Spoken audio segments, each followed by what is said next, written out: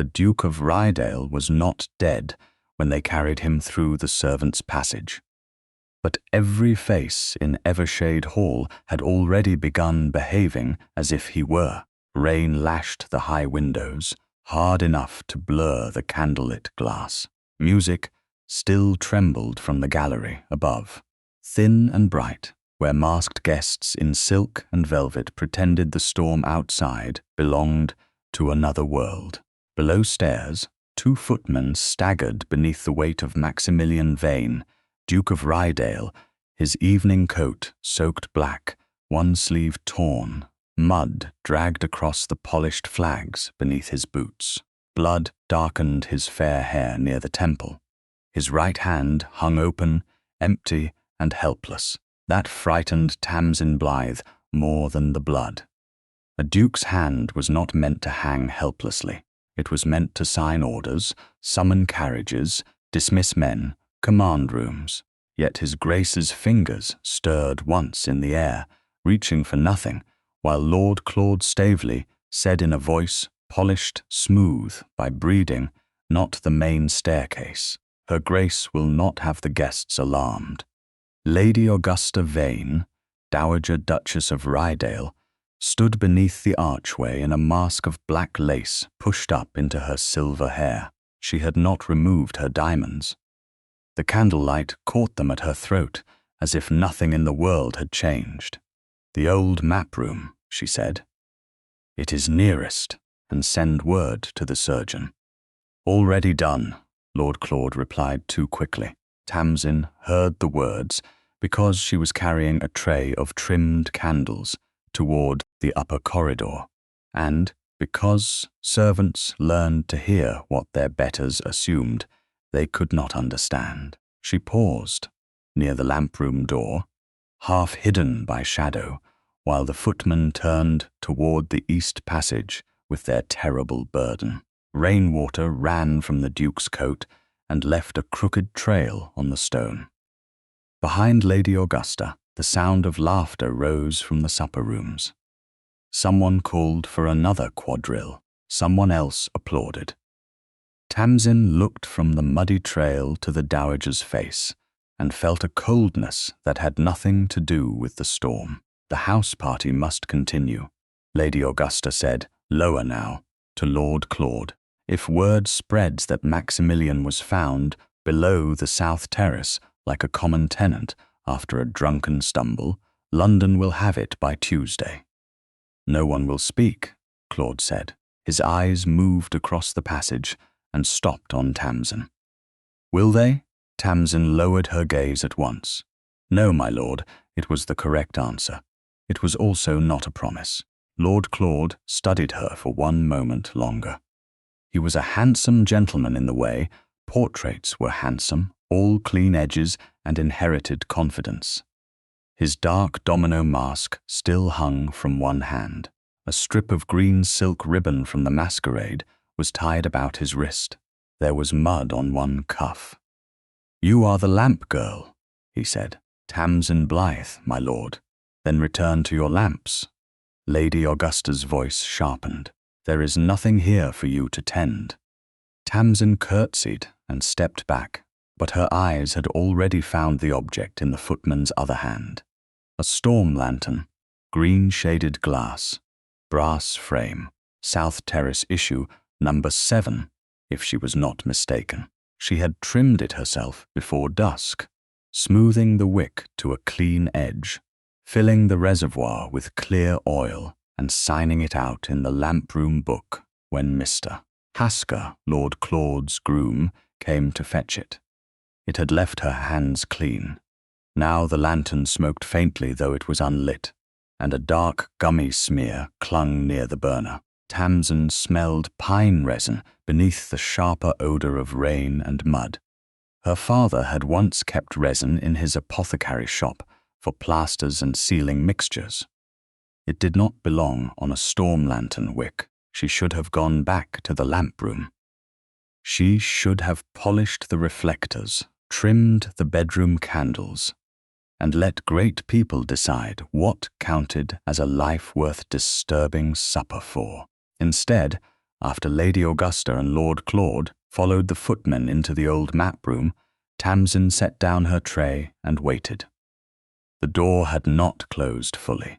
Through the narrow gap, she saw the Duke laid upon a long leather settle beneath a wall of faded county maps. His head turned slightly to one side. His lashes lay dark against skin, made pale by cold. A servant brought towels. Another brought a basin. Lady Augusta stood at a distance from the mud. "Where is Mr. Elbridge?" she asked. "On his way from Hartwell village," Claude said. "The roads are poor. It may take time." "Then there is nothing to be done but keep him quiet." "Quiet," Claude repeated. It was a strange word for a man who might be dying. Tamsin saw the Duke's chest move unevenly. Once. Then again. His breath caught as if each drawer scraped against pain. One of the footmen shifted. "Your Grace, shall I fetch Mrs. Hobb?" Lady Augusta's eyes flashed. "You shall fetch no one unless told. Mrs. Hobb has guests to manage and a household not to throw into panic. His Grace has survived worse weather than this." But the Duke had not been found in weather. He had been found below the south terrace, where the balustrade had given way. Tamsin knew because kitchen maids had already whispered it through the corridor. He had gone out after seeing a green light near the retaining wall. Lord Claude had said the storm confused him. Tamsin looked again at the lantern. Green glass, cut wick, resin smear. A false light could be seen from a great distance in rain. A false light could call a man toward danger. "Put the lantern away," Claude said suddenly. "It is filthy." The footman carrying it hesitated. "My lord, shall I return it to the lamp room?" I said away. He took it himself and set it beneath the map table, half behind a rolled survey of the South Park. Not returned, hidden. Tamsin's pulse beat once, hard. Then Lady Augusta turned toward the servants. "Leave us. His Grace requires quiet. If Mr. Elbridge arrives, he is to be brought by the east entrance, not through the supper rooms. No guest is to be distressed by this unpleasantness." "Yes, Your Grace," the footman murmured. A minute later, the passage filled with retreating steps. The door opened wider as Lord Claude came out, his expression calm, his cuffs now folded neatly back. "No one enters unless Her Grace sends for them," he said. "Especially not curious maids." Tamsin had already taken up her candle tray again. She bent her head. "Yes, my lord." He passed close enough for her to smell wet wool and a faint trace of resin.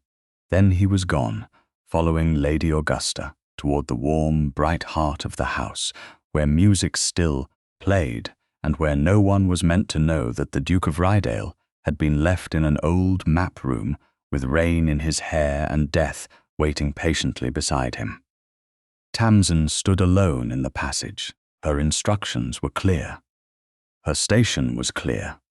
Her future was as narrow as the servant's stare behind her. A maid dismissed without character could starve respectably or survive shamefully, and society cared little which. She thought of her father's brass tinderbox in the pocket beneath her apron, scratched with the small white moth he had carved there when she was a child. "A moth knows where the flame is, Tamsin," he had told her, "but a wise one learns how not to be consumed." She should be wise. She should go. From inside the map room came a sound so slight that the storm nearly swallowed it. Not a word, not even a groan. A breath broken in the middle. Tamsin set the candle tray down. She crossed the passage, pushed open the map room door, and entered. The room was cold because no one had thought to stir the fire. The candles near the mantel had burned low. Shadows moved over maps of Sussex, Kent, and old estate boundaries, making the walls seem to shift and lean. The Duke lay where they had left him, coat still wet, one boot hanging partly off the settle. Mud streaked the carpet beneath him. His lips had lost nearly all color. "Your Grace," Tamsin whispered. No answer. She went first to the hearth and coaxed the neglected embers with a poker. Then she took 2 candles from her tray, lit them, and set them where their glow would show his face. She fetched the hidden storm lantern from beneath the map table and carried it closer. The wick had indeed been cut, not trimmed, cut at a slant with a blade. Along one side, pine resin clung in a sticky bead. If lit, it would smoke and flare unevenly. She did not light it. She placed it on the table, where no one could say later that it had vanished. Then she drew the brass tinderbox from her pocket. Her fingers shook as she struck it. Once, twice. On the 3rd strike, a spark caught. The small sound scraped through the silence. The Duke's eyelids moved. Tamsin froze. His breath came shallowly. She leaned nearer, careful not to touch him except where care required it. "Your Grace, it is Tamsin Blythe. I am one of the housemaids. The surgeon is coming." She did not know if that was true. She said it because dying men deserved a lie kinder than silence. His fingers stirred against the leather. Slowly, painfully, they moved as if reaching for the sound. Tamsin set the tinderbox near his hand and pulled a folded cloth from her apron to wipe rain from his temple. It came away pink. She swallowed the fear rising in her throat. "You must stay awake if you can," she whispered, "or sleep if you must. But you must not go where no one can call you back." His lips parted. At first no sound emerged. Then, so faintly she thought she had imagined it, he breathed. "Dark." Tamsin looked at the low candles, the guttering hearth, the storm-black glass. "No," she said softly. "Not dark. I am here." His hand shifted again, not toward her, toward the tinderbox, toward the little sound that had answered when his own house would not. "Do not." His face tightened with pain. "Do not let it go dark." Something in Tamsin's chest broke cleanly and without noise. Not love, not yet. It was too solemn for that, too grave, too human. It was the knowledge that a man could own half of Sussex, command 100 servants, carry a name older than the windows around him, and still be left begging for one small light. She moved the nearest candle closer, shielded it from the draught with her hand, and sat beside the settle. "I won't," she whispered, because promises in the dark required plain words. "I won't let it go dark." Outside, the storm beat against Evershade Hall. Above stairs, the violins lifted again, sweet and careless. In the old map room, Tamsin Blythe kept watch over the abandoned Duke, the hidden lantern, and the first fragile flame of a truth his family had meant to bury before dawn. Morning came to Evershade Hall without warmth. It arrived as a thin grey line behind the rain-streaked windows of the old map room, touching the edges of county maps, the brass corners of survey, drawers, and the still face of the Duke of Rydale as if it feared waking him. And Tamsin Blythe had not slept. She sat in the chair beside the leather settle, with her father's brass tinderbox closed in her lap, the small white moth scratched into its lid, hidden beneath her thumb. The fire had survived because she had fed it in careful fragments. The candles had survived because she had trimmed them before they drowned themselves in wax. His Grace had survived because sometime before dawn, Mr. Elbridge had finally arrived from Hartwell village with rain on his shoulders, irritation in his voice, and alarm in his eyes when he saw how cold the room remained. "Who has been attending him?" the surgeon had demanded. No one answered until Tamsin rose. "I have, sir, Mr." Elbridge had looked at her apron, then at the Duke, then at the storm lantern on the map table with its green glass and blackened burner. His gaze sharpened, but he asked no questions in front of the footman who had brought him. He cleaned the wound at the Duke's temple, bound the ribs tightly enough to draw a faint sound from the unconscious man, and ordered warmth, quiet, broth, and no foolish movement. Only after he had gone to wash his hands did Lady Augusta return. The Dowager Duchess entered wearing mourning grey silk beneath a shawl of black cashmere. Although no one had died, her face carried the careful fatigue of a woman who wished to be seen, suffering, but not inconvenienced. Lord Claude came behind her, shaved and composed, with not a trace of the night's mud on his cuffs. "Well?" Lady Augusta said. Mr. Elbridge dried his hands. "His Grace lives. He is concussed, badly chilled, and one rib may be cracked. There is bruising to the shoulder and hip. The wound on his head must be watched. Fever may come. But he is not dying." Her voice softened just enough to sound maternal. "Not this minute," Mr. Elbridge said. The words placed a silence in the room that even Lady Augusta did not immediately break. On the settle, Maximilian's fingers twitched once. Tamsin saw it because she had spent all night watching for any movement.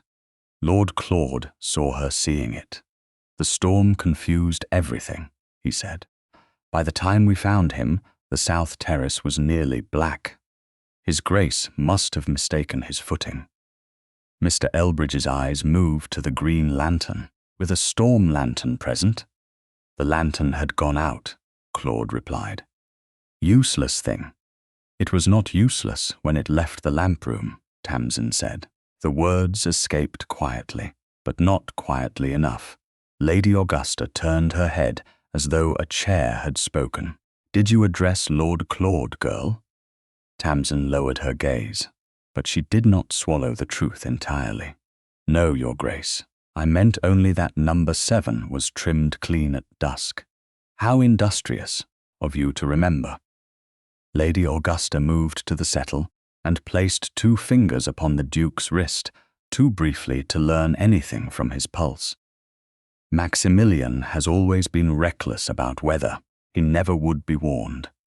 The Duke's eyelids trembled. Not open, not yet, but beneath the bruised pallor of his face, something in him heard. Tamsin leaned forward before she could stop herself. The brass tinderbox shifted in her lap and made a small scrape against the wooden arm of the chair. His breathing changed. It was slight, but she knew it. She had learned the pattern of his struggle through the long hours, the catches of pain, the sinking moments, the faint returns. The scrape came again as her fingers tightened over the box. His lashes lifted. His eyes were grey, not cold as she had imagined a duke's eyes might be, but clouded and unfixed like winter water under thin ice. He did not look at his mother. He did not look at Lord Claude. His gaze moved toward the sound in Tamsin's lap. "There," he whispered. Mr. Elbridge stepped forward. "Your Grace, do not attempt to move." Maximilian's lips parted. His voice was rough, barely more than breath, light. Lady Augusta bent over him at once. "Maximilian, you are safe. You had a fall. Claude sent for Mr. Elbridge immediately. You are at Evershade." A faint line formed between the Duke's brows. "No," the room stilled. Lord Claude gave a soft laugh, meant to soothe and dismiss at once. "You are not yourself yet, cousin. The surgeon says your head took a knock." Maximilian's eyes moved again, slow with effort, until they found Tamsin's face. She forgot how to breathe. He was looking at her as if she were not a maid near the wall, not a pair of hands, not part of the furniture of his inheritance, but the single fixed point in a room full of shifting shapes. "You," he murmured. Lady Augusta's mouth tightened. "That is Blythe, one of the maids.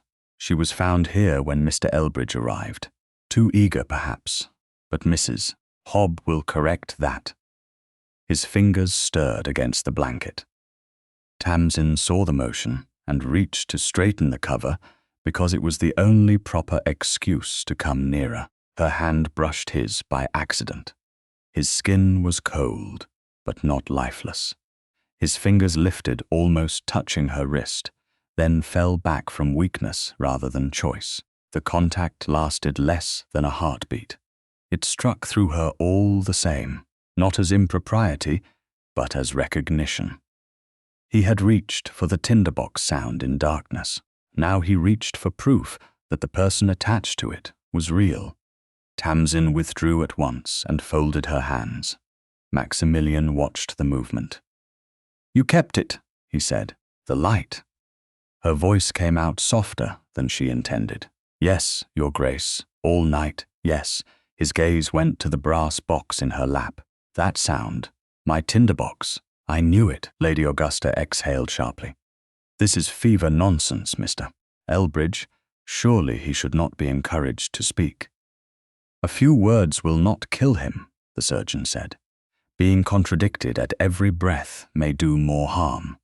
Claude's polite expression thinned. "We are all relieved His Grace remembers some comfort." Still, it was a confused night. Many servants came and went. "No," Maximilian whispered. The single word scraped through him. Pain tightened his mouth, but he forced the next words out. She stayed. Tamsin felt every eye in the room move to her. There were not many of them, but each one carried weight. A duchess's disapproval, a lord's suspicion, a surgeon's attention, a half-conscious duke's impossible trust. "Your Grace," she said carefully, "you must rest." "The maid stays," he said. It was not loud. It did not need to be. Even weakened, his rank entered the room before his strength did. Lady Augusta's diamonds seemed to grow colder against her throat. "Maximilian, you cannot mean to arrange your sick room around a housemaid." "She stays." His eyes closed, but his hand moved once more toward the tinderbox. Tamsin did not give it to him. That would have been too intimate, too strange before witnesses. Instead, she set it on the small table near the settle, close enough for him to hear when she moved it, far enough to remain proper, his breathing eased by the smallest measure. Mr. Elbridge watched this with the expression of a man adding facts to a ledger no one else knew he kept. "Then she may remain for the present," he said. "If His Grace settles with her nearby, I see no reason to distress him." Lady Augusta turned on him. "You see no reason. I see a patient," he replied. "That is reason enough." Claude stepped toward the map table. "At least remove that filthy lantern. Its smoke may trouble him." Tamsin moved before she could think better of it.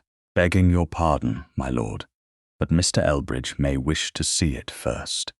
Claude's hand stopped above the handle. And why should he? Because it came from the terrace. Tamsin kept her voice low, respectful, almost dull. Servants survived by making truth sound like obedience, and because the wick was changed after it left the lamp room. The silence this time was not polite, it had teeth. Lady Augusta said, "You overstep." Tamsin curtsied. "Yes, Your Grace." She did not take the words back. Mr. Elbridge crossed to the lantern, bent and sniffed near the burner. His brows drew together. "Who trimmed this?" "I did," Tamsin said, "at dusk." It was signed out clean.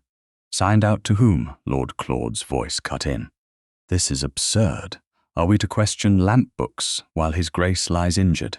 Maximilian's eyes opened again. The effort cost him. Tamsin saw it in the way his breath caught against the binding at his ribs. Yet his gaze fixed on Claude with a clarity that had not been there moments before. He knew enough to know he was being hurried past something. Not the truth, not yet, but the shape of a lie. "Book," he whispered. "Your Grace," Claude said. "The lamp book." Tamsin's heart beat hard. "It is in the lamp room, Your Grace." "Keep it." Lady Augusta's face hardened. "Maximilian, enough." "Keep it," he said again, and this time he looked at Tamsin. "You." The command was barely audible. It was also the first shield he placed between her and the room. She curtsied because she did not trust her voice. Mr. Elbridge ordered the room cleared except for necessary attendance. Lady Augusta protested, then yielded in that elegant way aristocrats used when they meant to remember every insult. Lord Claude paused at the door and looked back at Tamsin. Maidservants, who collect curiosities, often mislay their character, he said softly. Be careful what you keep. Tamsin did not answer. When the door closed behind him, the old map room seemed to exhale. Mr. Elbridge lowered his voice. Miss Blythe, if there is a lamp room book, fetch it quietly and do not let it leave your sight. Miss Blythe. Not girl, not maid. The title was small, but in that room it felt like a chair offered to someone who had always stood. Tamsin took the tinder box from the table, and the faint scrape made the Duke's eyelids stir again. His voice came blurred by exhaustion. You kept the light? She turned back. Someone had to, Your Grace. His eyes held hers for one fragile second. Yes, he breathed. Someone. Tamsin left by the servants' passage, with the brass box in her apron pocket, and the Duke's whispered trust following her more closely than any footstep. The lamp room was empty when she reached it. Rows of lanterns hung in their places, polished, numbered, obedient. The sign-out book lay on the high desk where she had left it the evening before. Her entry was still there. Number 7, South Terrace, trimmed clean, issued to Hasker for Lord Claude Staveley. But beneath it, in a hand trying badly to resemble hers, someone had added a second note. Wick replaced after storm damage. Tamsin stared at the words. She had not written them. She turned toward the shelf where used wicks were kept for counting. The small tin was empty. The original cut wick was gone. For a moment, the only sound was rain against the high little window. Then, from somewhere beyond the passage, a floorboard creaked. Tamsin closed the book, held it tight against her chest, and understood that the night had not ended with the Duke opening his eyes. It had only begun. The hand that had tried to imitate Tamsin's writing had failed in one small, damning way. She made her capital W with a narrow first stroke, because her father had taught her to save ink in the apothecary shop when she was 8 years old. The second note in the lamp room book made its W like a pair of open gates. Wick replaced after storm damage. Tamsin stood beneath the high little window, with the book pressed to her bodice, and listened to the floorboard settle beyond the passage. No one appeared. That was worse than being caught. A visible enemy could be curtsied to, answered, avoided. An invisible one could open drawers, move wicks, alter books, and leave a maid to look like the sort of girl who imagined danger because it made her important. She closed the lamp room book, slid it beneath the folded stack of polishing cloths in her basket, and carried the whole bundle back toward the east passage as if she had been sent to dust sconces. The house had awakened into disciplined deceit. Breakfast trays moved. Fires were stirred.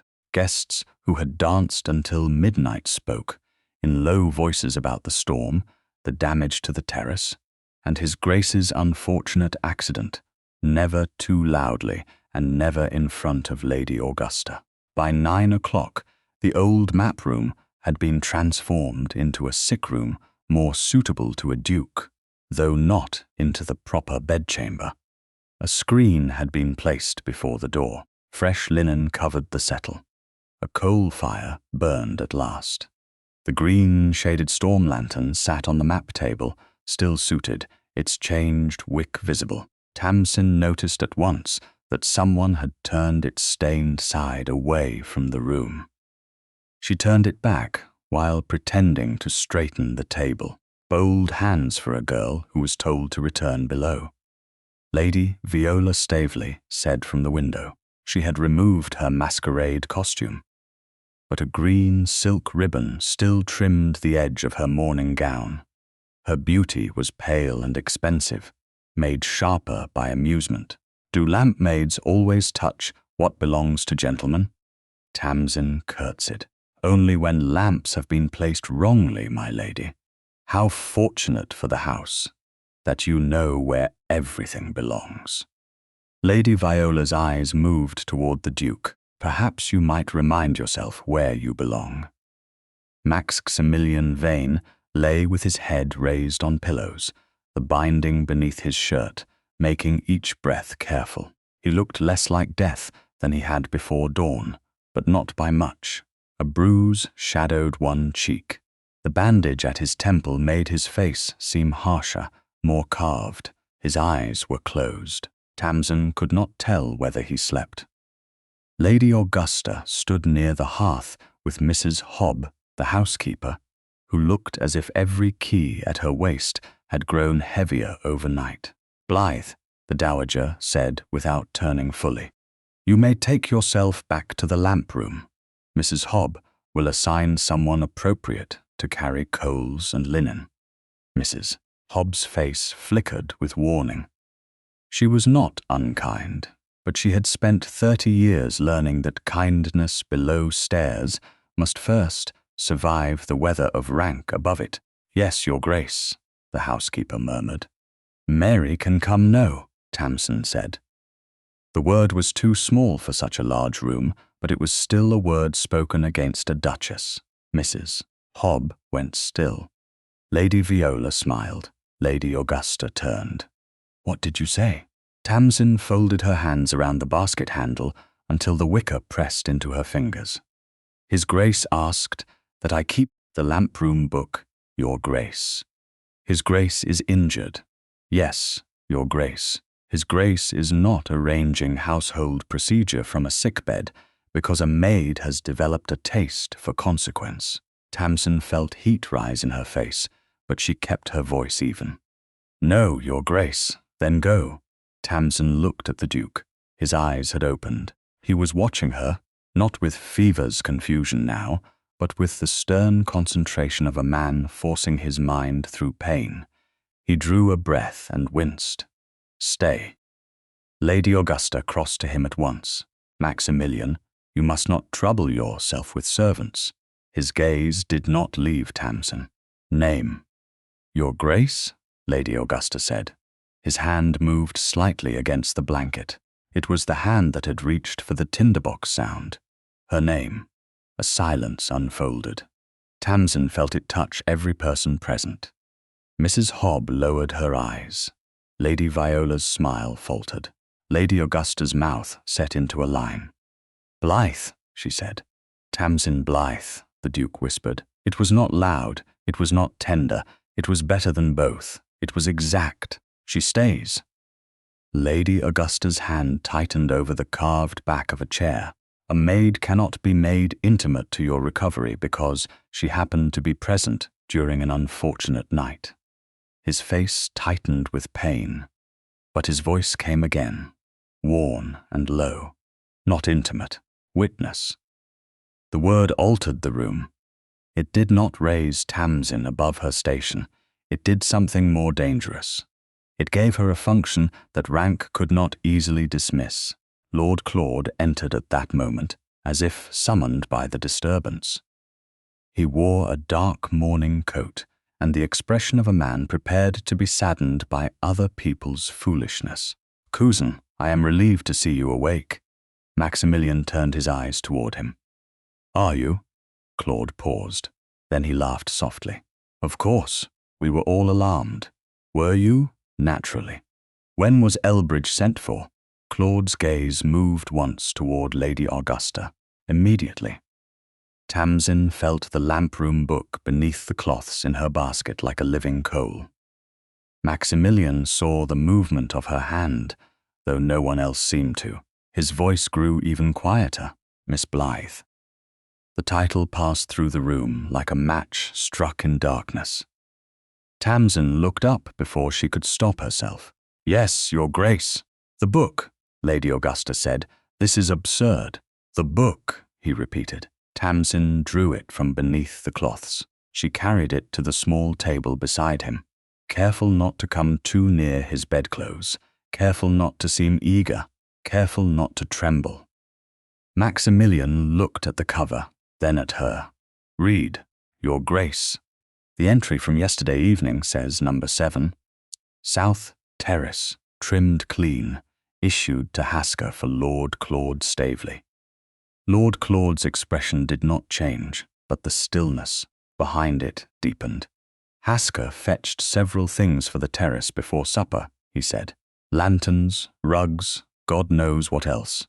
Servants mix details." Tamsin did not answer him. She kept her eyes on the page. Beneath it, another line has been added. It says the wick was replaced after storm damage. "And was it?" Maximilian asked. "Not by me, Your Grace." Lady Viola gave a light little laugh. "Perhaps you forgot. It was a busy night for you, apparently." Maximilian's gaze cut toward her. "Do not." 2 words, barely strength enough for them. Yet Lady Viola looked away first. Tamsin felt something move inside her. Not triumph, not gratitude, but the strange ache of being defended before she had begged for defense. He had not called her dear. He had not called her brave. He had called her Miss Blythe, and in that moment the small courtesy felt like armor. Lady Augusta's composure returned with colder edges. "Maximilian, you cannot seriously suggest that a missing wick and a housemaid's memory matter more than your recovery. They matter to it. You are not thinking clearly. Then no one will touch them until I do." His breath caught, and for one terrible second the words seemed to cost him more than he possessed. Mr. Elbridge, who had entered quietly behind Lord Claude, crossed the room at once. "Enough. His Grace has spoken beyond what is wise." "I have not finished," Maximilian said. "You have for the hour," Mr. Elbridge replied. "If you wish to be alive tomorrow, Your Grace, you will allow someone else to be stubborn on your behalf today." That almost drew a sound from the Duke. Not laughter, but the memory of it. His eyes returned to Tamsin, no lamp removed, no log altered, no terrace piece touched. Claude said smoothly, "The terrace must be repaired before more harm comes." "No." Maximilian's hand pressed once into the blanket. "Pierce." His valet, who had been standing near the screen with the rigid misery of a servant who loved his master and could not command the room, stepped forward. "Your Grace, lock the lantern, the broken rail, anything, from the south terrace." "Yes, Your Grace. Miss Blythe will tell you which lantern." Pierce looked at Tamsin, and for the first time in her years at Evershade, a senior male servant waited for her instruction in front of the family. Lady Augusta noticed. So did Claude. Tamsin felt their resentment settle against her skin like frost. "Number 7, she said quietly. "Green shade, sooted burner. The stained side is toward the window now. It was not so when I left it." Pierce inclined his head. "I will see it secured." Claude stepped aside too readily. "By all means. Preserve every speck of soot if it eases his Grace's mind." Maximilian's eyes had closed again, but his mouth tightened. He was not asleep. Tamsin understood then that he was learning the voices around him as she had learned them long ago. The Dowager's concern came wrapped around command. Lord Claude's help arrived too quickly. Lady Viola's sweetness cut where it smiled. Mrs. Hobbs' silence hid fear, not malice, and Tamsin herself had become dangerous by noticing what a gentleman expected a maid to overlook.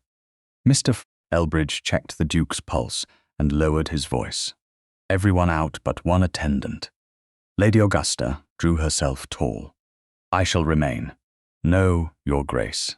He settles badly under too many voices." "One attendant. Then Mrs. Hobb." Maximilian's eyes opened again. His whisper scraped the room. "Miss Blythe." Lady Augusta stared at him, and for a moment mother and son, looked like two portraits from different centuries, one made of blood, one made of stone. You would choose a lamp-room maid over your mother. His answer came after a long, painful breath. I choose the person who kept me alive. No one spoke. Tamsin could hear rainwater dripping somewhere beyond the window. She could hear her own heart. She could hear the faint tick of the mantel clock, marking each second in which Lady Augusta's authority cracked without yet breaking. At last, the dowager turned to the door.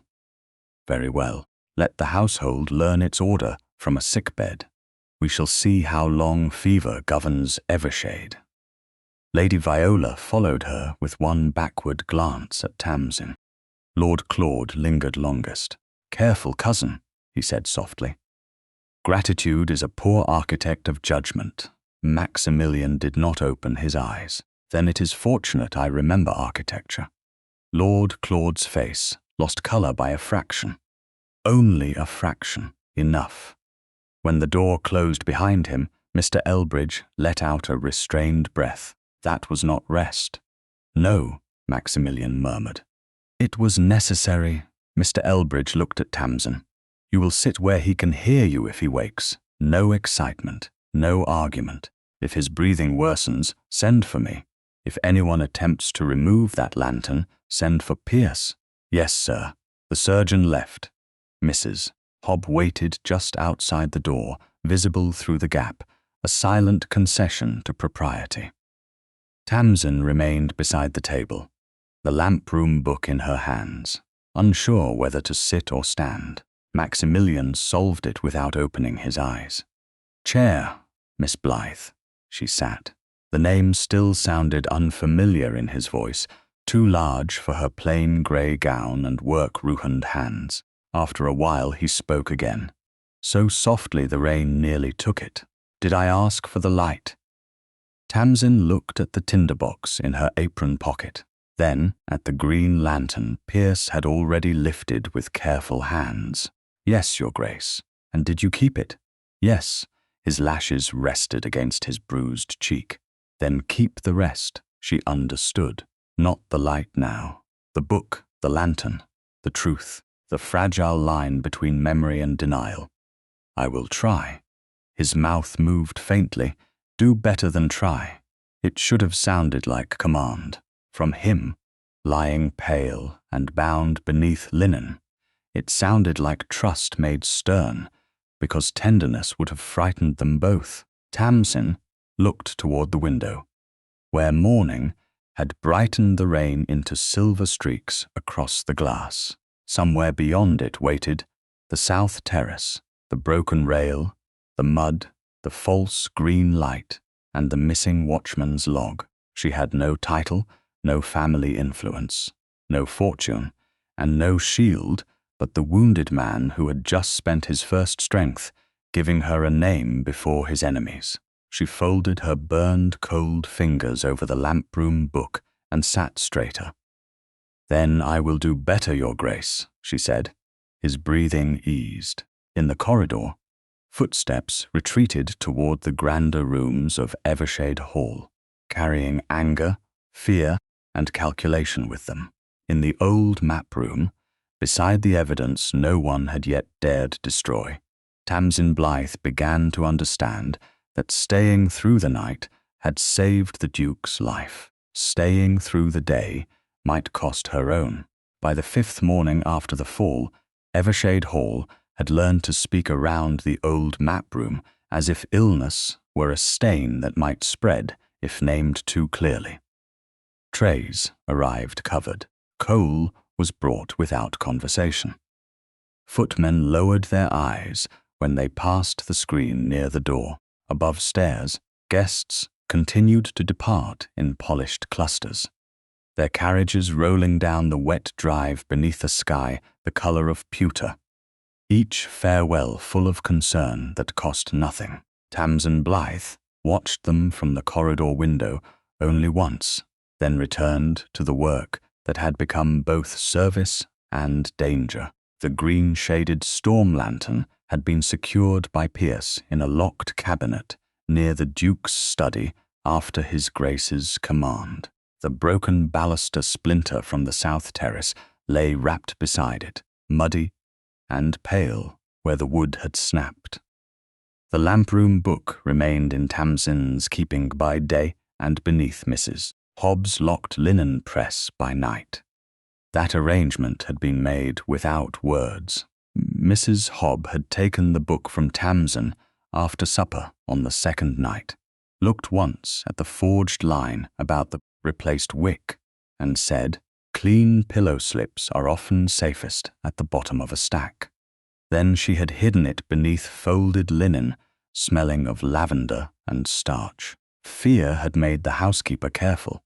Conscience had made her brave. Now, in the old map room, Tamsin stood near the table with Mr. Larkin from Hartwell village, a compact man with tired eyes, ink on one cuff, and the dry hands of an apothecary who had measured more grief than medicine in his life. Mr. Elbridge had sent for him under the excuse of preparing a warming draught. But the Duke had asked that the cut wick be shown to him. It had been found at last in the lamp-room refuse tin, beneath ash, thread ends, and 2 ordinary spent wicks. Someone had hidden it badly, which meant the person had expected no maid to sort rubbish as if it could speak. Mr. Larkin held the wick with small iron tongs and bent close. "Pine resin," he said. "Not much.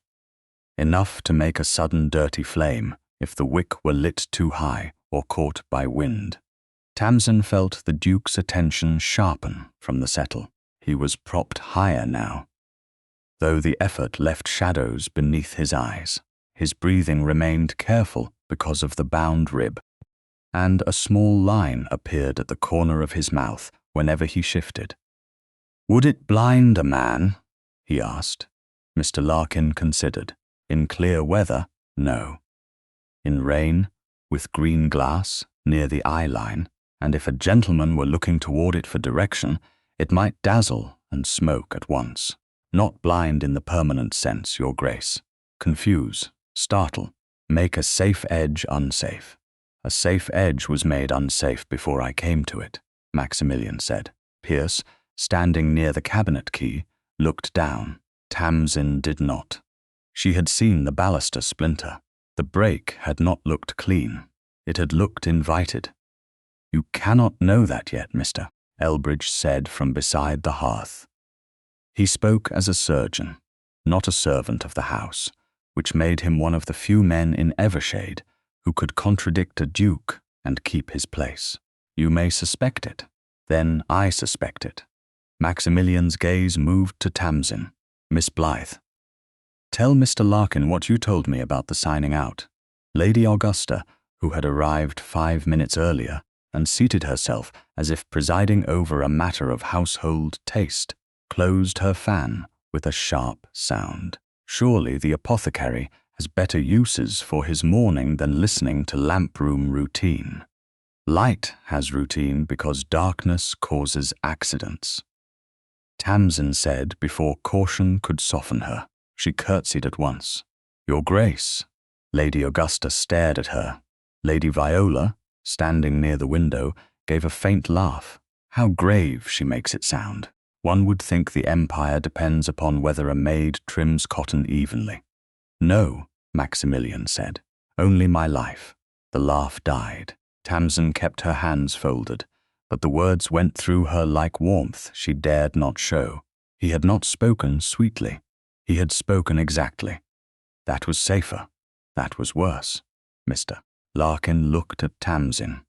"Tell me the routine, Miss Blythe." She drew a breath. "Each storm lantern is numbered on the base and listed in the book when issued. The wick is trimmed, the reservoir filled, the glass inspected, and the name of the servant or gentleman requesting it recorded. Number 7 was trimmed clean at dusk. Mr. Harsker, Lord Claude's groom, fetched it for the south terrace. The entry was in my hand. After the accident, another line had been added, saying the wick was replaced after storm damage. That line is not mine. You are certain? Lady Viola asked. I am. Maidservants are often certain of small things because no one entrusts them with large ones. Tamsin lowered her gaze.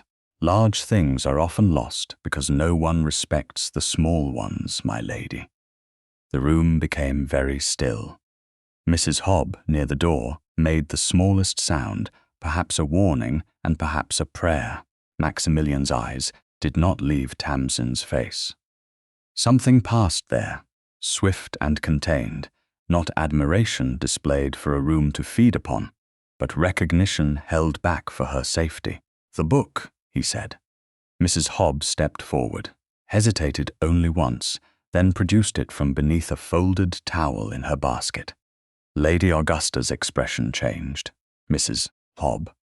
Your Grace, the housekeeper said, pale but steady. His Grace ordered it kept, not hidden from me. Maximilian's voice came low, from hands that write too freely. Lady Augusta rose. This is intolerable. Mr. Elbridge moved one step nearer the Duke, as if fearing the anger in the room might tax him beyond endurance. Maximilian ignored the warning. Mr. Larkin, does the altered line match Miss Blythe's hand? Mr. Larkin opened the book, studied both entries, and tapped the second line. No. Similar attempt. Not successful. The capital letters are wrong.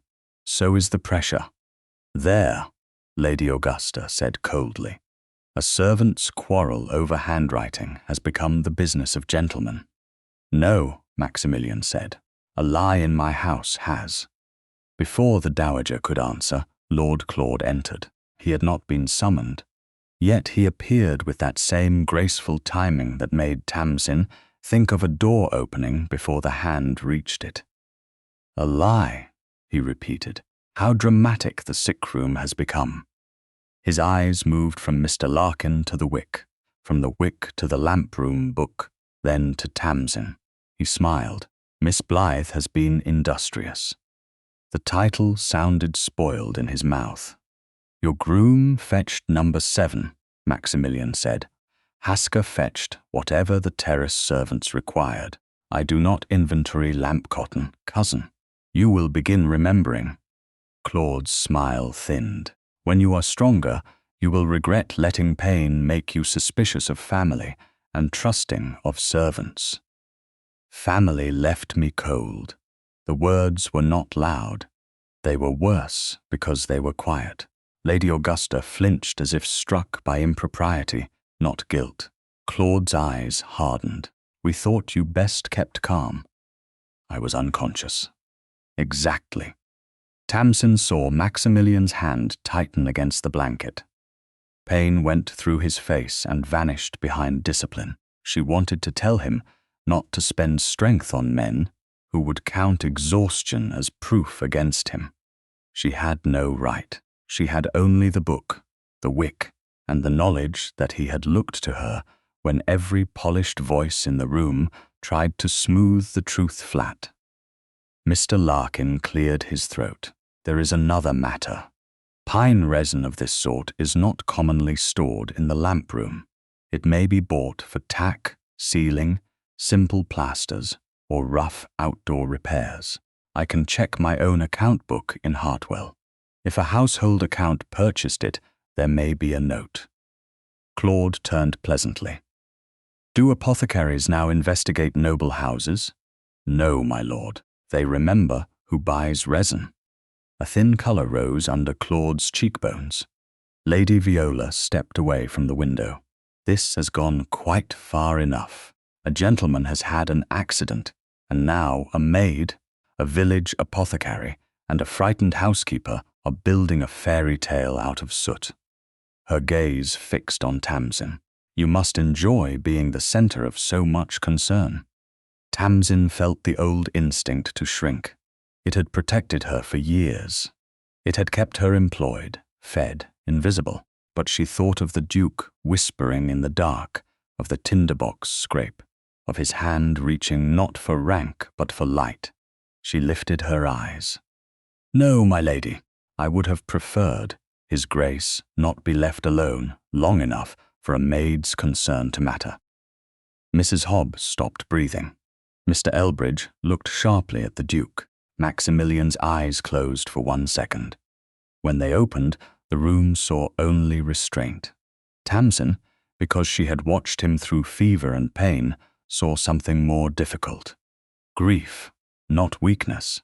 Grief that his own house had made her answer necessary. "Pierce," he said. "Yes, Your Grace. The lantern remains locked. The baluster remains locked. The wick remains with Mr. Larkin until he writes his note. The lamp book remains with Miss Blythe and Mrs. Hobb.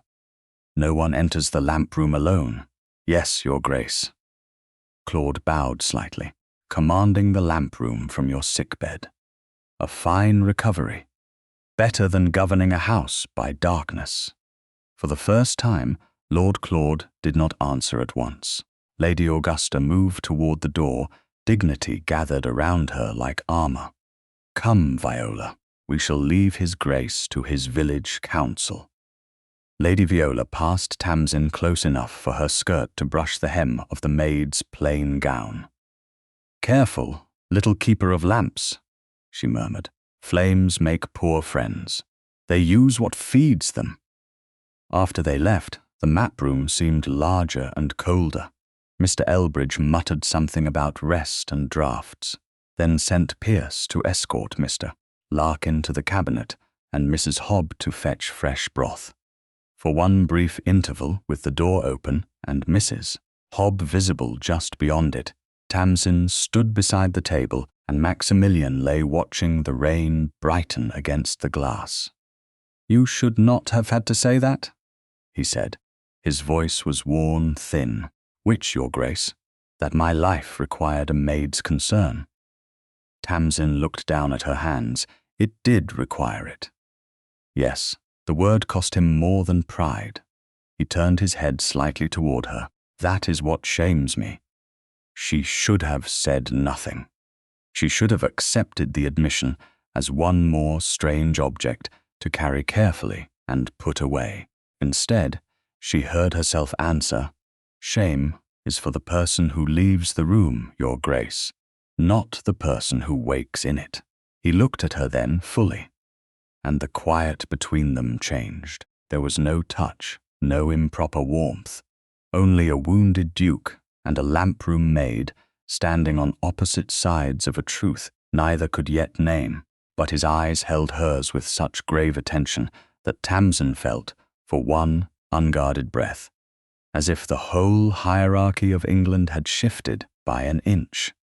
"People lie more easily than lamps," he said. The corner of her mouth almost moved. "I believe I said that. I remember." A small sentence, a dangerous one, because he had remembered her words when pain should have swallowed them, because he had kept them. Because, in a house determined to misplace every inconvenient fact, the Duke of Rydale was beginning to keep Tamsin Blythe in his mind with the evidence. Mrs. Hobb returned with broth, and the moment closed before it could become anything society might punish. Tamsin stepped back into duty. Outside, beyond the wet glass and the south-facing windows, the terrace waited with its broken edge and its silence. Somewhere in the estate records, the watchman's missing hour had been cut away as neatly as the wick, and somewhere in Evershade Hall, a person who had expected darkness to hide everything now knew that the maid who trimmed the lamps could read what the shadows had failed to swallow. On the 8th morning after the accident, Tamsin learned that proof could burn a person even when no flame was meant for skin. Mr. Larkin had returned from Hartwell with a small packet of resin, wrapped in brown paper, 2 notes from his own account book, and a caution that certainty was a dangerous thing inside a noble house. He had not been dramatic. Men who worked with medicines and debts seldom were. He stood in the old map room beside the locked cabinet while Pierce opened it under the Duke's order and withdrew the green-shaded storm lantern, the cut wick folded in paper, and the broken baluster splinter. Maximilian Veyne sat in the high-backed chair Mr. Elbridge had permitted for no longer than 20 minutes, his right arm held close to his bound ribs and one hand braced against the carved chair arm. He looked more like himself, sitting upright. That made the weakness worse somehow. Power had returned to his posture before it returned to his body, and every breath reminded the room that rank could not command bone to knit faster. Lady Augusta had refused to attend what she called another servant's lecture. But Lady Viola had come, pale and lovely in blue muslin, saying she wished only to be useful. Lord Claude stood near the map table with his hands folded behind his back. His face showed mild boredom. His eyes watched everything. "This resin, mister," Larkin said, "matches the smell and texture of what I found on the cut wick. I cannot swear it came from the same lump. I can swear it is the same kind, sticky when warmed, smoky if fouled upon a wick, and foolish to put near a lantern unless smoke is desired." "Foolishness is not crime," Lord Claude said. "No," Maximilian replied, "but foolishness usually lacks motive." Tamsin stood with the lamp-room book held open against her apron. She had copied the relevant entries on a separate sheet because Mr. Elbridge had said, "His Grace must not spend his strength squinting at columns." Her handwriting was plain and narrow, the way her father had taught her. She had thought the work would calm her. Instead, the nearness of the lantern made her fingers feel cold. Number 7 had sat in her hands harmlessly at dusk. By midnight, it had become the center of a room no maid was meant to command. "Miss Blythe," Mr. Larkin said, "would you show me how the wick sat when you found it?" She stepped forward. Before she could reach the lantern, Lady Viola drifted between her and the table. "Do be careful. We should hate for another convenient mark to appear on your hands." The words were soft enough that only those nearest heard them. Tamsin looked at the green ribbon edging Lady Viola's sleeve, and then at the lantern burner. "Marks do not become convenient merely because someone wishes to read them wrongly, my lady." Lady Viola's smile thinned. Tamsin took the wick with the small iron tongs Mr. Larkin offered. She placed it in the burner and angled it, as she had seen the hidden cut in the map room. "This side would draw higher," she said. "If the flame caught here, the smoke would thicken at once. And if the glass were green, Mr. Larkin added, the flare would seem stronger at a distance than the light truly was." Maximilian leaned forward too quickly. Pain crossed his face, clean and sharp. Tamsin saw his hand tighten on the chair. "Your Grace," she said before she remembered everyone else. His eyes moved to her. "I am still here." "Yes," she said. "That is not the same as being careful." Mr. Elbridge, from the hearth, gave a dry sound. "At last, someone in this house speaks sense." Lord Claude's mouth curved. "How touching. Shall we add nursing counsel to the lamp-room evidence?" The flush rose in Tamsin's face before she could stop it. Maximilian's gaze did not leave Claude. "You will add silence if you cannot add usefulness." The room tightened. Lady Viola's fan paused. Lord Claude bowed lightly, but the gesture had lost grace around the edges. Tamsin lowered her eyes and returned the wick to the paper. She should have stepped back then. Instead, she reached for the small lamp Mr. Larkin had brought to test the resin outdoors near the open side door, where smoke would escape and no carpet could be damaged. She had done this work 100 times. Trim, set, lift, shield, strike. Only today, Lady Viola moved at the same instant, her sleeve brushing the tongs. The resin-treated wick slipped against the small flame.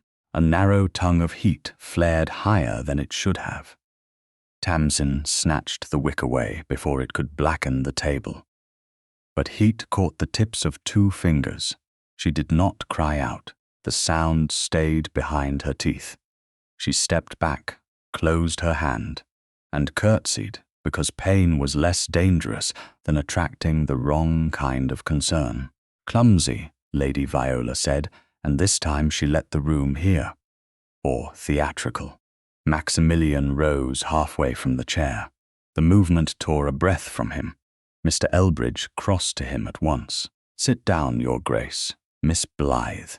His voice was rough. "Your hand." "It is nothing, Your Grace. That is not what I asked." Tamsin's fingers throbbed. She could feel the burn beginning to pulse beneath the skin. A maid's hands were always marked by something.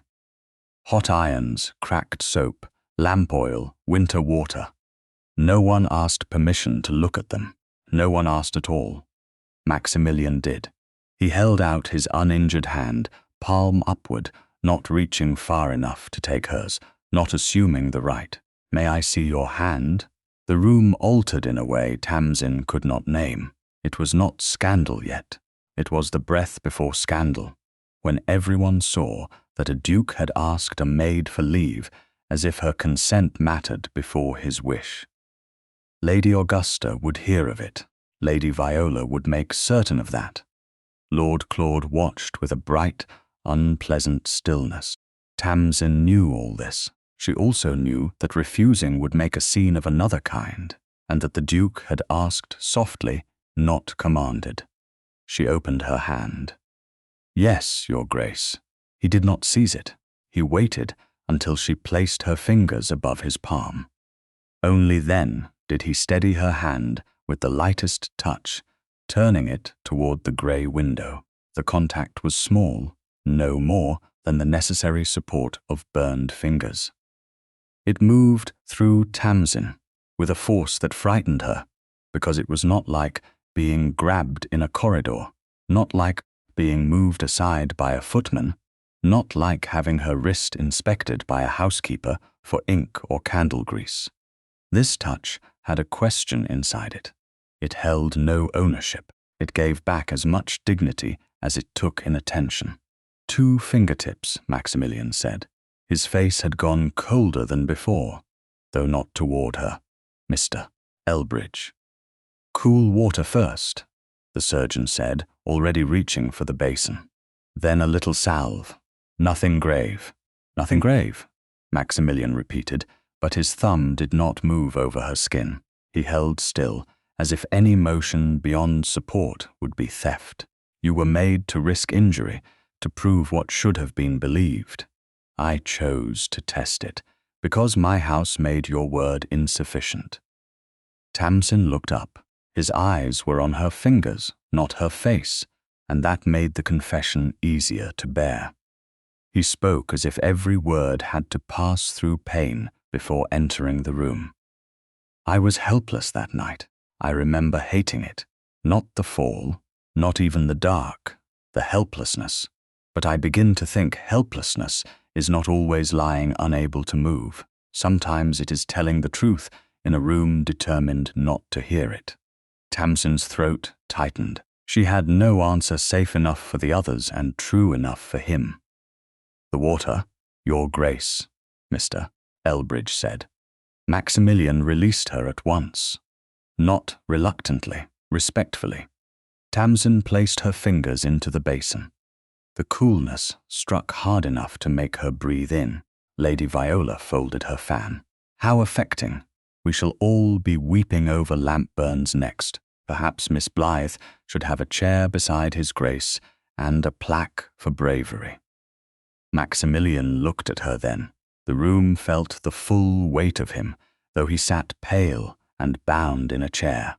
If courage were recognized in this house by plaques, Lady Viola, the walls near you would remain bare. Mr. Larkin stared into his resin packet. Pierce looked down so quickly it was almost a bow. Tamsin kept her burned fingers in the basin and did not move. Lady Viola's face went white, then pink. "You are unwell, cousin." Plainly, I mistook polished cruelty for family concern for too many years. Lord Claude stepped forward. "That is enough." "No," Maximilian said. "It is nearly enough. When Miss Blythe's burn is dressed, Pierce will write the injury into the evidence notes. It occurred while testing the resin wick. It will not become a drawing-room anecdote. It will not become an accusation. It will not become one more little story by which this household trims a woman down to fit its convenience. The words struck Tamsin harder than the flame had. No one had ever described the process so exactly. Trimmed down, made smaller, turned from person into anecdote. Lady Viola laughed once, but there was no music in it. You speak as if she were a guest. I speak as if she were human. Silence. Even the rain seemed to pause against the glass. Mr. Elbridge dressed Tamsin's fingers with quick, impersonal competence. The salve smelled faintly of beeswax and lavender. Maximilian watched until the linen was tied, then leaned back, grey with effort. He had spent too much strength. Everyone could see it. Lady Viola saw it too, and her eyes sharpened with the knowledge that tenderness had cost him. "We should leave his grace to recover," she said sweetly. "Strong emotion is so dangerous after a head injury." "Then remove yourself," Mr. Elbridge said. "That should improve the air at once." Lord Claude gave him a cold look, but Lady Viola turned toward the door first. As she passed Tamsin, she murmured, "He will not always be too ill to remember what you are." Tamsin's burned fingers curled inside the linen. "No, my lady," she said quietly. "I hope not." Lady Viola stopped for a fraction of a second, then continued out. Claude followed, but not before looking at the basin, the wick, the lantern, and Tamsin's bandaged hand, as if arranging them already into some future accusation. When the door closed, Mr. Elbridge ordered the Duke back to the settle. Pierce helped him move, slow step by slow step, while Tamsin turned away to give him privacy from her eyes. She heard the catch in his breathing. She heard the chair shift. She heard the old leather settle, receive his weight. Only when Mr. Elbridge had finished scolding him into stillness did she gather the lamp-room book against her side. Maximilian's voice stopped her at the door. "Miss Blythe." She turned. "Yes, Your Grace?" His gaze went to her bandaged fingers. "Does it pain you?" The question was simple. That was why it nearly undid her, a little. "I am sorry. You did not burn me." "No, but I profited by what burned you." She stood very still. The open door, Mrs. Hobbs' shadow beyond it, Mr. Elbridge's presence near the hearth, all of it held the moment within propriety. Yet something private passed through it all the same. Not desire, not yet, a deeper danger, the feeling of being considered. "Then let it profit the truth," she said. His mouth softened by the smallest degree. "You bargain like an apothecary's daughter. My father would say I bargain poorly. I asked for no fee." "What would you ask if you did?" She should not have answered. She did. "That when I speak, I am not made smaller before I am heard." Maximilian closed his eyes as if the sentence had found the wound beneath every other wound in the room. "Then that is the fee." Tamsin curtsied and left before her face betrayed her. In the corridor, Mrs. Hobb took one look at the bandage and pressed her lips together. "You are walking near a fire, girl." Tamsin looked down at her wrapped fingers, at the faint soot still caught beneath one nail. "I know." Behind the closed door, the Duke of Rydale lay injured among maps, lanterns, and dangerous truths.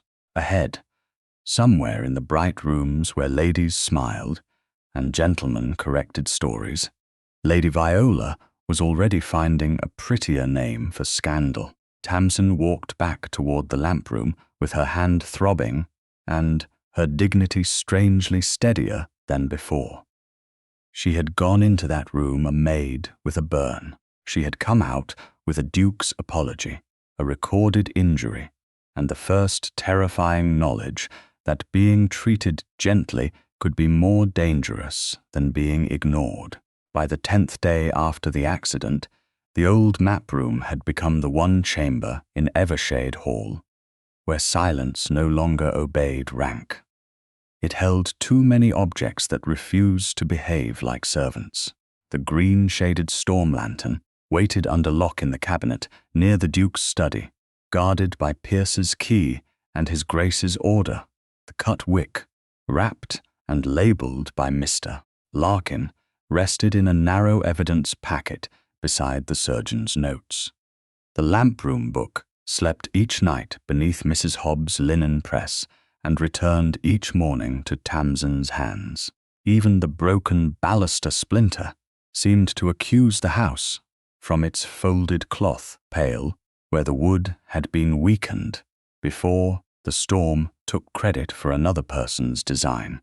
Tamsin understood now that evidence did not merely prove things. It made enemies impatient. That morning, she had gone to the lamp room before breakfast to count the trimmed wicks, inspect the oil, tins, and make certain her father's brass tinderbox remained in the inner pocket beneath her apron. Her burned fingers were still bound in a neat strip of linen. The skin beneath pulsed when she moved too quickly, but the pain steadied her. It reminded her that what happened in noble houses did not vanish because someone gave it a prettier name. Mrs.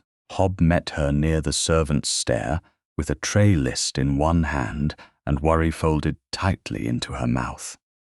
"You are to keep to ordinary duties for an hour," the housekeeper said. "Her Grace has asked for the lamp room to be scrubbed and inventoried.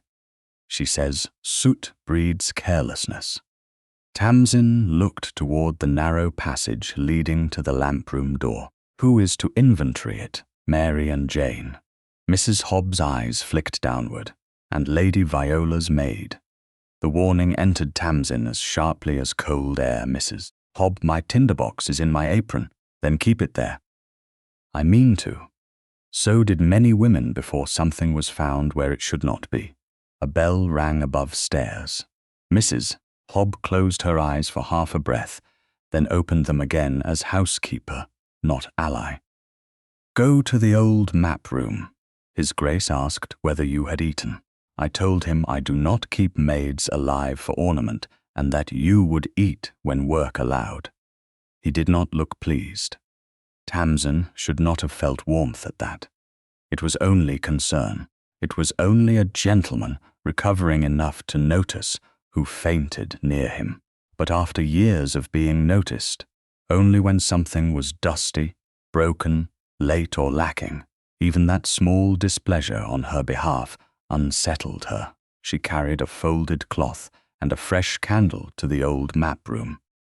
Maximilian was not sitting up today. Mr. Elbridge had forbidden it after the strain of the resin test. The Duke lay against pillows, the bandage at his temple reduced but still stark against his hair. His eyes were open, clearer than they had been the day after the fall, though pain had carved patience into him against his will. "Your hand," he said when she entered. Not greeting, not command, remembrance. "Healing, Your Grace." That was not an answer. "It pains less than yesterday." That was closer. She placed the candle on the table without looking at him too long. "You should not spend strength interrogating burns. I have found small injuries are often where large truths enter." The words stilled her. They were too close to tenderness, and tenderness in that room was a flame in a dry attic. Mrs. Hobb stood visible through the half-open door, a proper shadow. Mr. Elbridge was expected within the hour. Nothing improper had occurred, yet Tamsin felt the memory of his careful fingers supporting her burned hand, the way he had asked permission, the way he had released her at once.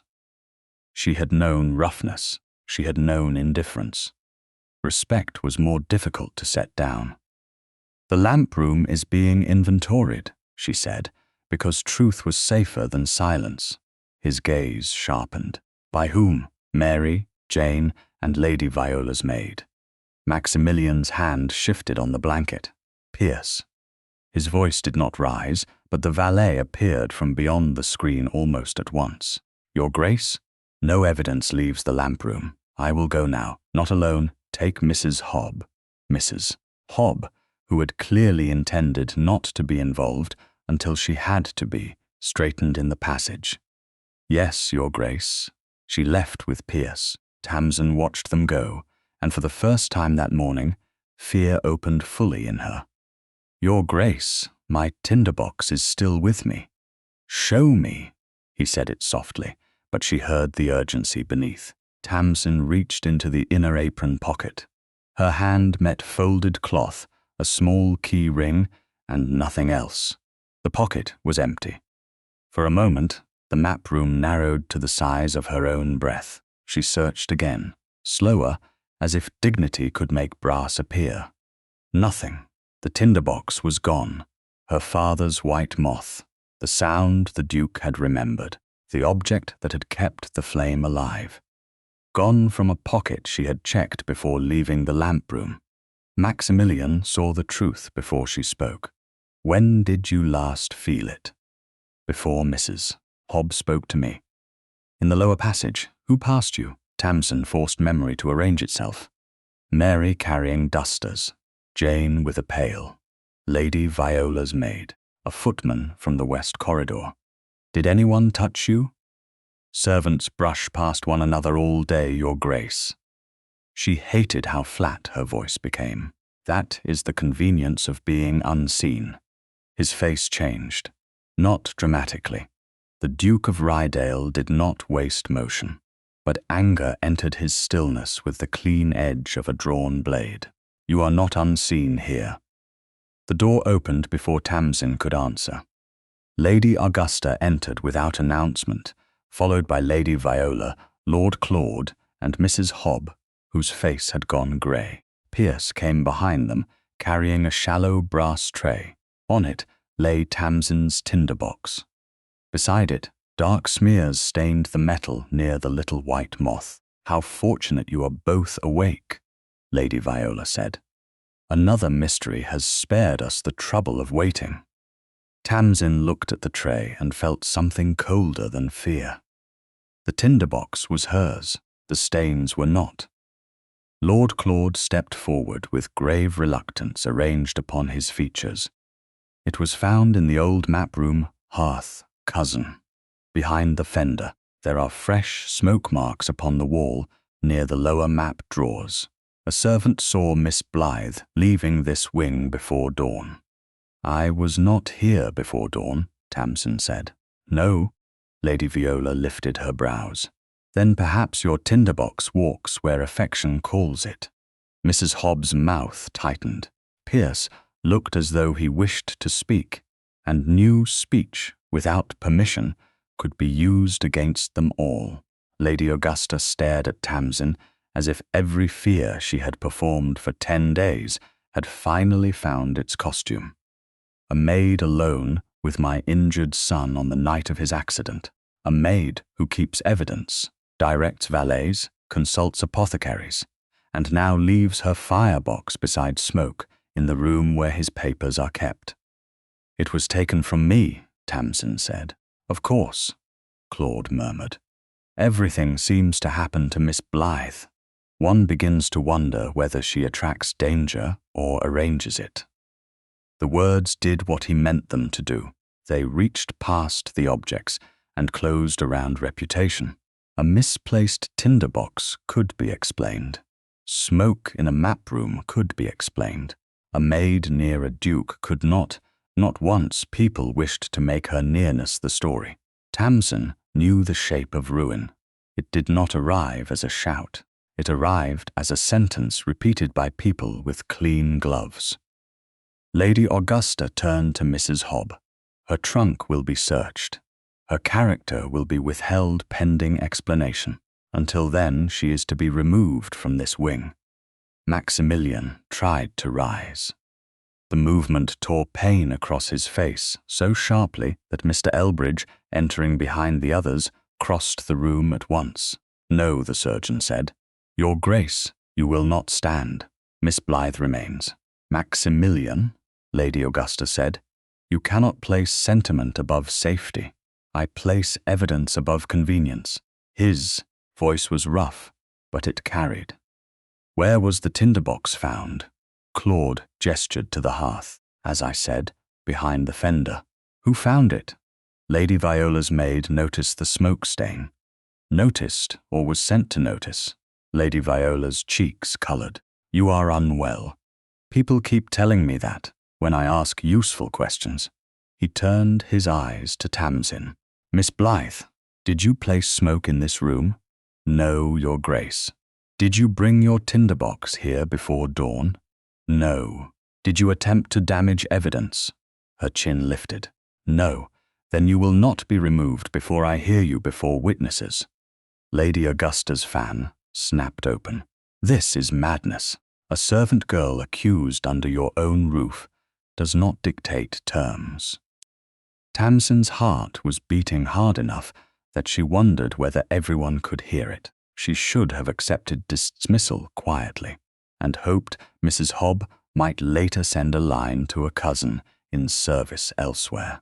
She should have understood that poor women survived by bending before the door broke against them. But something in her had altered on the night she chose the old map room over obedience. Something had altered again when the Duke called her Miss Blythe before those who preferred her nameless.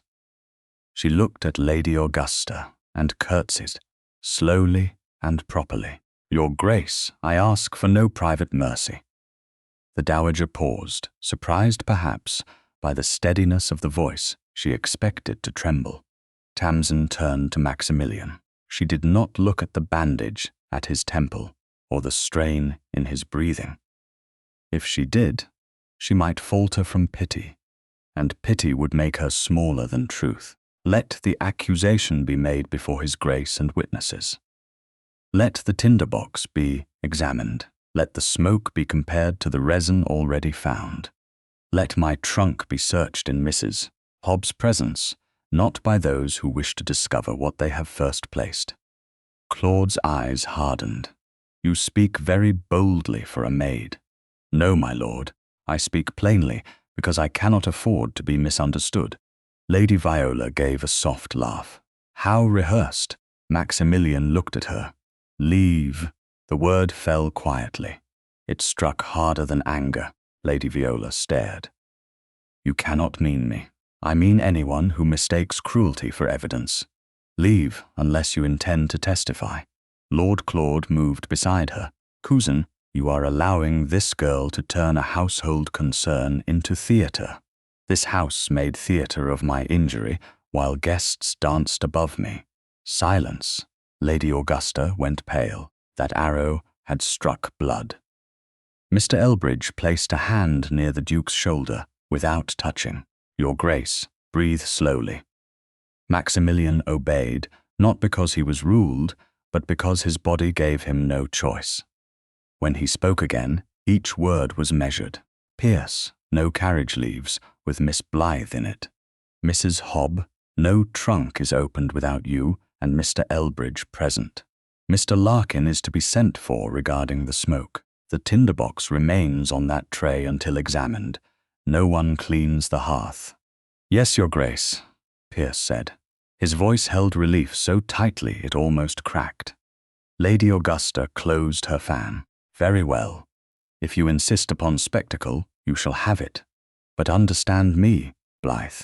If you have brought shame near my son, there will not be a house in Sussex that opens its servant's door to you. Tamsin felt the threat enter her future like winter through a broken pane. She curtsied again.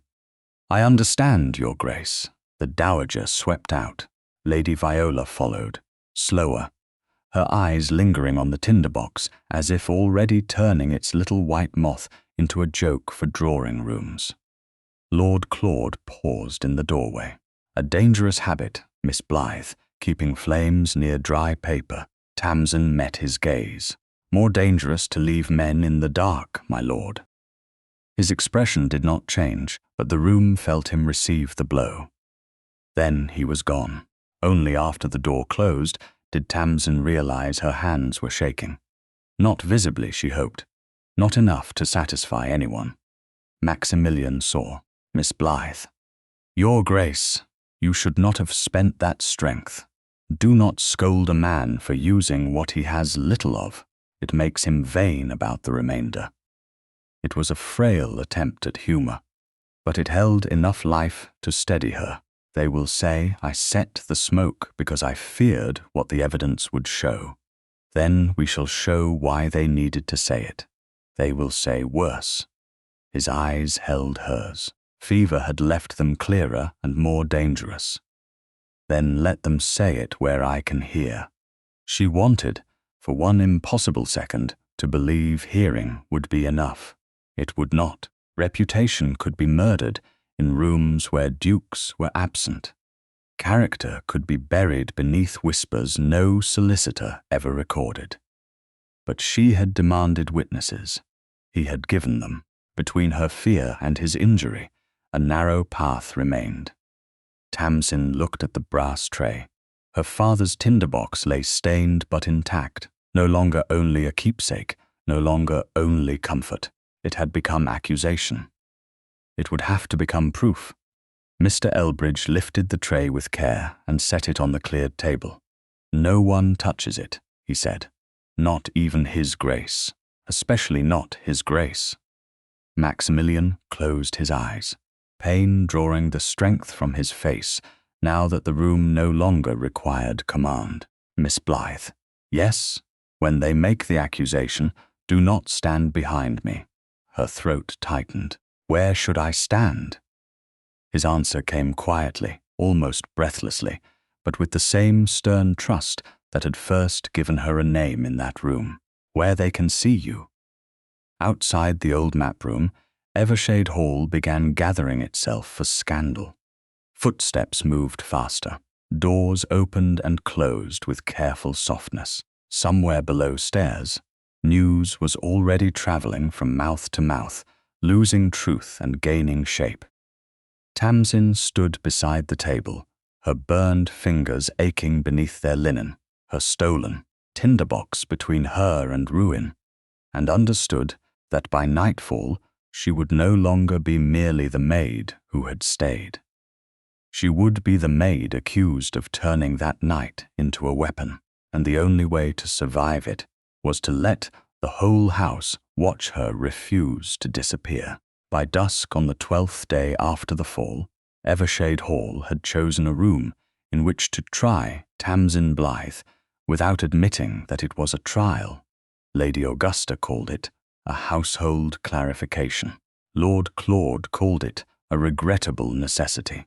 Lady Viola, who had dressed in pearl grey silk as if mourning someone else's reputation, called it a little conversation before matters grew vulgar.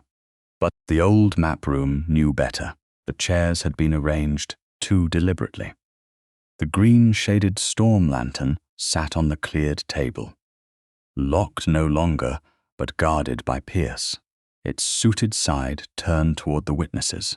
Beside it lay Tamsin's brass tinderbox, with the white moth scratched into its lid, the dark smears still visible near the hinge. The cut wick rested in its folded paper. The lamp-room book lay open to the false line about the replaced wick. Near the hearth, where smoke had stained the wall below the map drawers, Mr.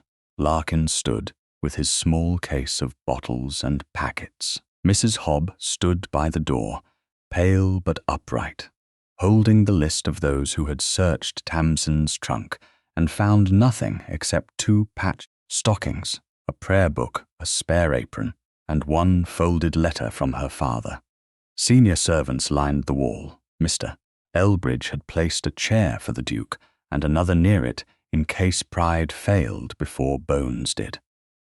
Tamsin stood where Maximilian had told her to stand, where they could see her.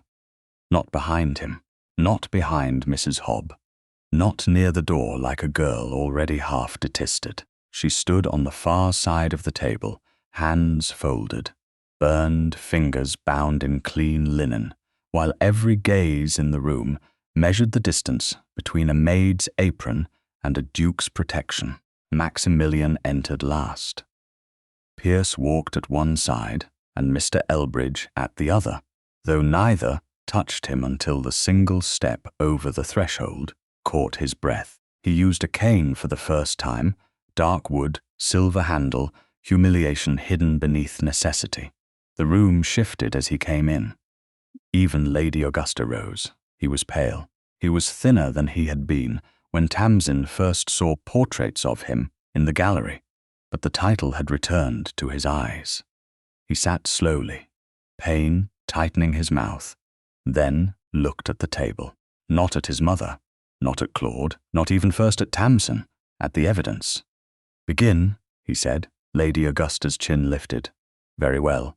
A tinderbox belonging to Blythe was found behind the fender after smoke appeared in this room. The smoke endangered household papers and cast doubt upon evidence she herself had been pressing forward.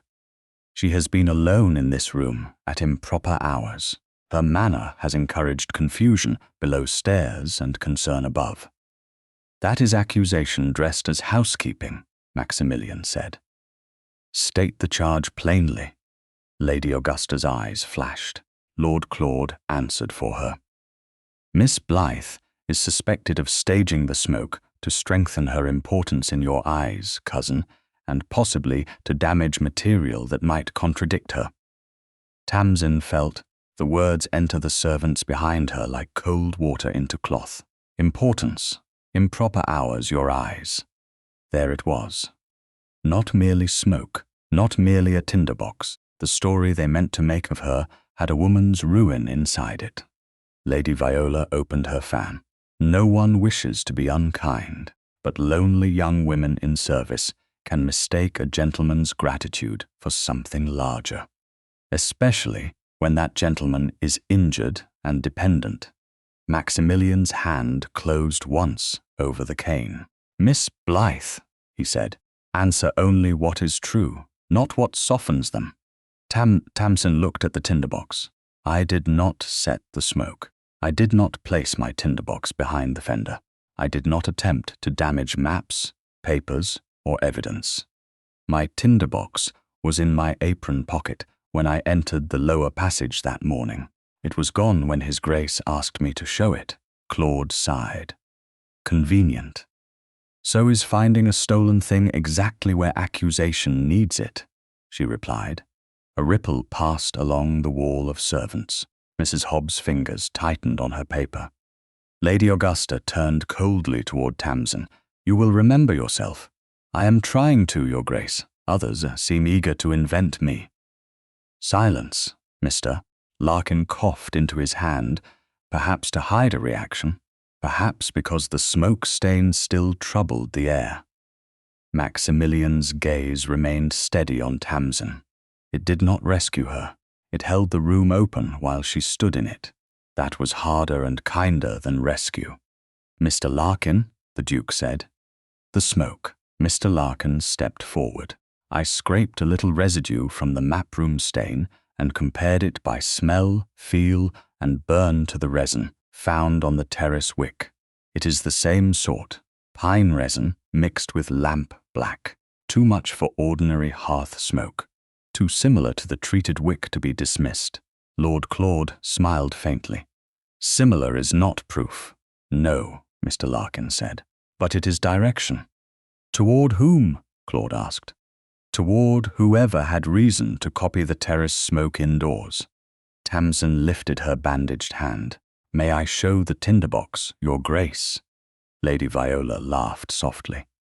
"Is she to perform now?" Maximilian looked at Tamsin. "You may." Pierce moved the tray closer without touching the tinderbox itself. Tamsin took from Mr. Larkin the little square of charcloth and clean striker he had brought. "My tinderbox sparks clean," she said. "It does not smoke unless something foul is added. If I had used it to set that stain, there would be resin inside the box or on the flint."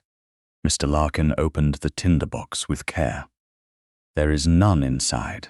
The dark smear is outside, near the hinge. placed there, I think, by fingers already stained.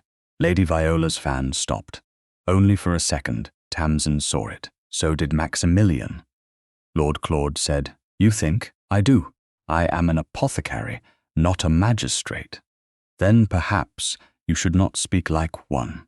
Mr. Elbridge, who had been watching the Duke's colour rather than the quarrel, said dryly, "Men who know what substances do are sometimes useful before fools decide what people did." A servant near the wall lowered his head too quickly. Lady Augusta's face hardened. "This is descending into insolence." "No," Maximilian said. "It is rising toward fact." His breath shortened at the end of the sentence.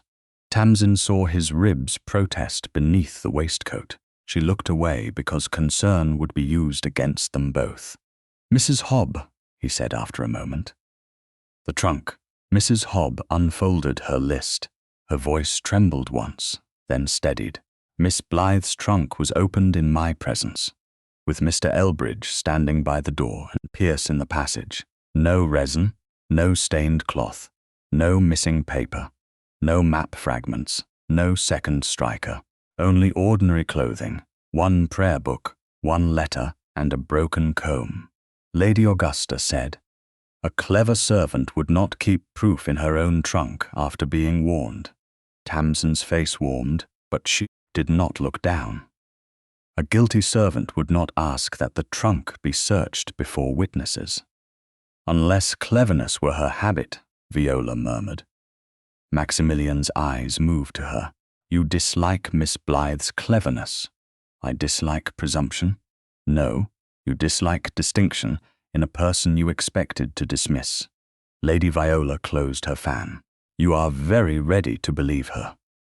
Pain drew a faint grayness across his face, but his voice did not weaken.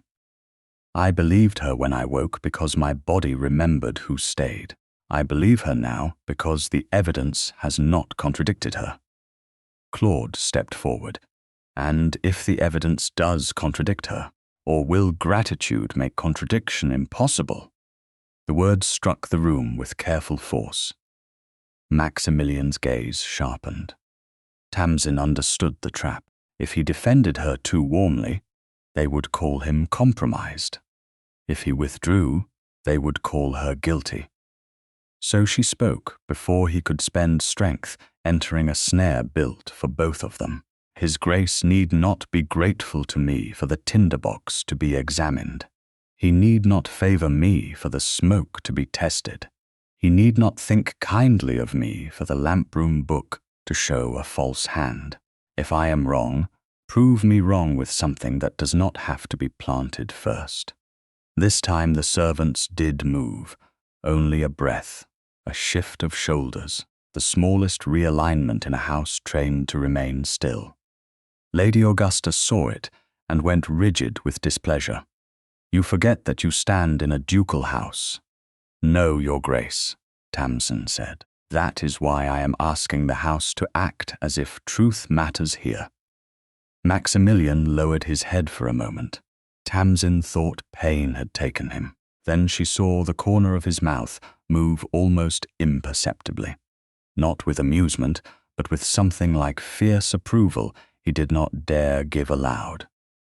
Mr. Larkin cleared his throat. "There is one further point."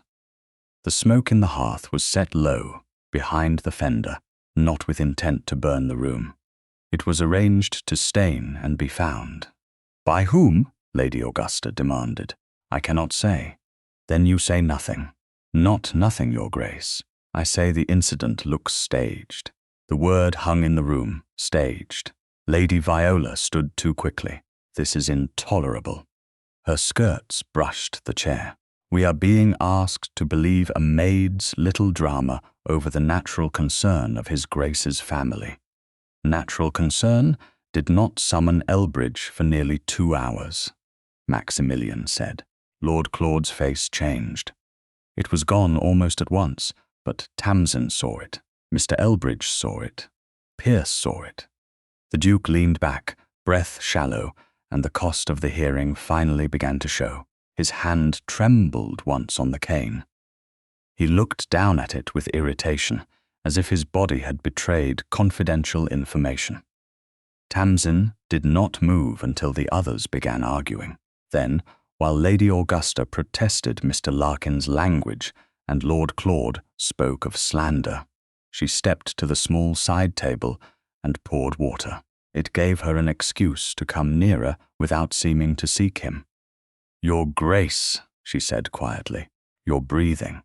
I am aware of it. You are arguing with it as if it were a tenant." His eyes lifted to hers, and for 1 second the room around them blurred at the edges. "Is it winning?" "At present, yes." He took the glass from her without touching her fingers. Even that restraint felt intimate because it was deliberate. "When the room doubted you," he said softly, "I remembered the dark and your light." The words did not belong to the hearing. They belonged to the old map room at dawn, to the scrape of brass, to a promise neither of them yet dared call by any tender name. Tamsin's bandaged fingers tightened at her side. "Then remember also that light shows more than one person once seen." His breathing caught, not from pain this time. Then it caught again from pain indeed. The glass shifted in his hand. Tamsin saw the tremor he tried to hide. She set the glass aside. He looked at his own hand, then opened it, palm upward on the arm of the chair. He did not reach. He did not command. He offered. The room still argued behind them, but Tamsin understood the question as clearly as if he had spoken it. Not possession, not display. Reassurance. Partnership in a moment when his body faltered, and her name hung over a pit.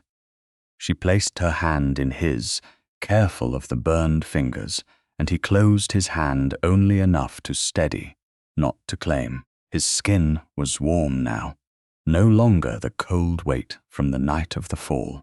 Their joined hands rested low beside the chair, half hidden by the table, visible to anyone who looked closely and meaningless, to anyone determined not to understand. His breathing slowed. Tamsin counted it without meaning to. 1, 2, 3. Around them, Lady Augusta's voice cut through the room. Lord Claude answered.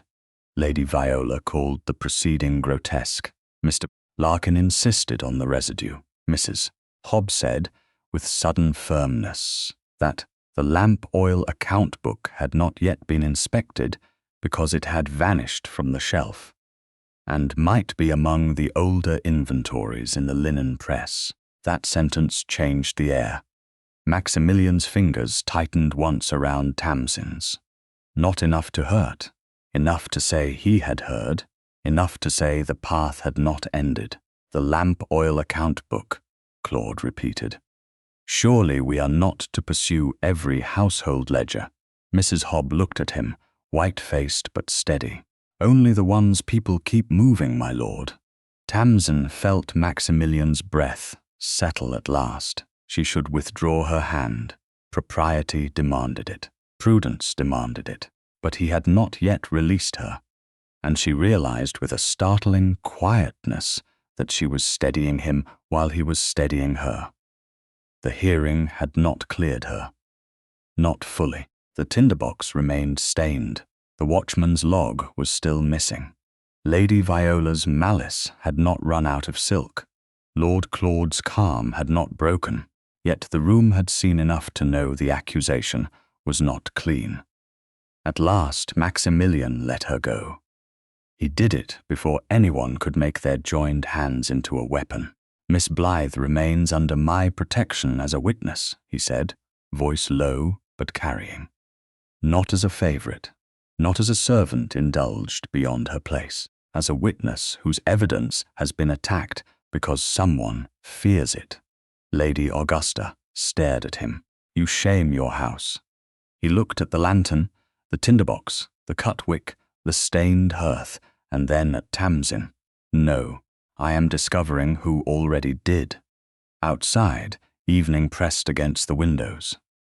Inside, the first public crack ran through Evershade's polished story. Tamsin stood beside the table, with her hand still remembering the shape of his, her reputations not saved but no longer undefended, while Mrs. Hobb whispered that if the missing account book existed anywhere, it would be where linen and secrets had always gone to wait. By the 3rd week after the fall, the air around Tamsin Blythe had changed from suspicion into something more dangerous. Suspicion could be answered with evidence. Rumour could not. It slipped beneath doors, clung to folded linen, passed from pantry whispers to stable talk, and returned wearing the perfume of the drawing-room. The story had already begun to alter itself before breakfast. The maid had been found with smoke in the Duke's map-room. The maid had held his Grace's hand before witnesses. The maid had bewitched a wounded gentleman into doubting his own blood. By noon, Lady Viola's version had grown silk sleeves. Tamsin heard a housemaid repeat part of it near the scullery, then stopped dead when she saw who stood behind her. "I didn't mean," the girl began. "No," Tamsin said, "because the apology would only make both of them smaller. You meant to survive the person who told you." She went past, with the folded cloths pressed to her chest, and her burned fingers aching beneath their linen. The midpoint hearing had not ruined her, but neither had it saved her. Her tinderbox was back in her possession, cleaned only enough for Mr. Larkin to examine the outside stain, and now wrapped in muslin in her apron pocket like a little brass heart that had learned fear. The green lantern remained secured. The cut wick remained sealed in Mr. Larkin's packet. The lamp-room book had been restored to Mrs. Hobb's linen press each night. Yet the missing lamp oil account book had not appeared, and the watchman's log remained absent. Evidence had cracked the accusation, not killed it. That afternoon, Pierce came to the lamp-room with an order spoken in the careful tone servants used when the order would hurt the person receiving it. "His Grace asks that you come to the West Nursery." Tamsin looked up from the wick box. "The West Nursery? Mrs. Hobb is there." "Why?" Pierce's expression gave nothing away, which meant the answer would be bad. "For safety, Miss Blythe." The words followed her through the corridors with a softness that made them worse. For safety. Every locked door in England could call itself safety if the key remained in someone else's hand. The West Nursery had not housed children in 20 years. It smelled faintly of dust, lavender, and old disuse. A narrow bed had been made near the hearth. A washstand stood beside it. A chair had been placed where Mrs. Hobb could sit if required. The windows looked toward the kitchen gardens. Not the drive, not the terrace. Not any path by which a person might leave unnoticed. Maximilian stood near the mantel, with one hand gripping his cane, pale from the walk and stubborn enough to pretend otherwise. Mr. Elbridge had clearly lost that argument. Mrs. Hobb hovered by the door with her keys at her waist and distress in every line of her body. "Miss Blythe," the Duke said. His voice was low, controlled, and too formal. Tamsin curtsied. "Your Grace." He looked at her bandaged hand first. Always, now, he looked for the cost before the evidence. "Lady Viola has sent 2 notes beyond the house, one to Lady Darrow at Brimsley, and one, I believe, toward London. Claude has been seen speaking with Hasker by the old stables. Until the account book is found, and the watchman can be questioned, you are exposed below stairs." "Exposed," she repeated. "Yes, so I am to be placed in a nursery." His jaw tightened. "Temporarily. Mrs. Hobb will remain near you. No one will search your things. No one will approach you without my knowledge. And may I approach the lamp room without your knowledge?" He hesitated. That hesitation did what any refusal would have done. It closed the door before his hand reached it. "Not for the moment. Tamsin looked at the small bed, the clean pitcher, the carefully laid fire. It was all thoughtful. It was all intolerable. I see. I do not think you do. His voice roughened. I have heard what they are making of this. They cannot touch the evidence as easily now, so they will touch your name. If you remain below stairs, every corridor becomes a witness against you. And if I remain here, then they cannot reach you. No, she said softly. Then they need not reach me. I will already be gone. His hand tightened on the cane. That is not what I intend. I believe you. The words surprised him. They surprised her too, but they were true. That is why it wounds differently. Mrs. Hobb lowered her eyes. Maximilian took one step forward, then stopped because the distance between them had become moral, not physical. Tamsin, Miss Blythe, she said. His face changed, not anger, pain. She had taken back the one courtesy he had given her and placed it between them like a rule he had forgotten. Miss Blythe, he said, and the correction cost him pride. I am trying to keep you safe. Your Grace, Lady Augusta kept guests calm. Lord Claude kept the house quiet. Lady Viola keeps reputations pretty while she cuts them apart. Everyone in this house seems able to find a gracious word for control. You think this is control? I think I was accused in a room full of witnesses yesterday. I think I answered, standing where all could see me. I think today I am being put in a nursery where no one can. He drew a breath and winced before he could hide it. If you are harmed because I did nothing, then that would be their crime. And my failure, perhaps.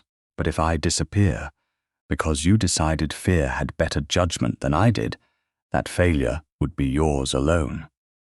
The room went still. Rain whispered lightly at the glass, gentler than on the night of the fall.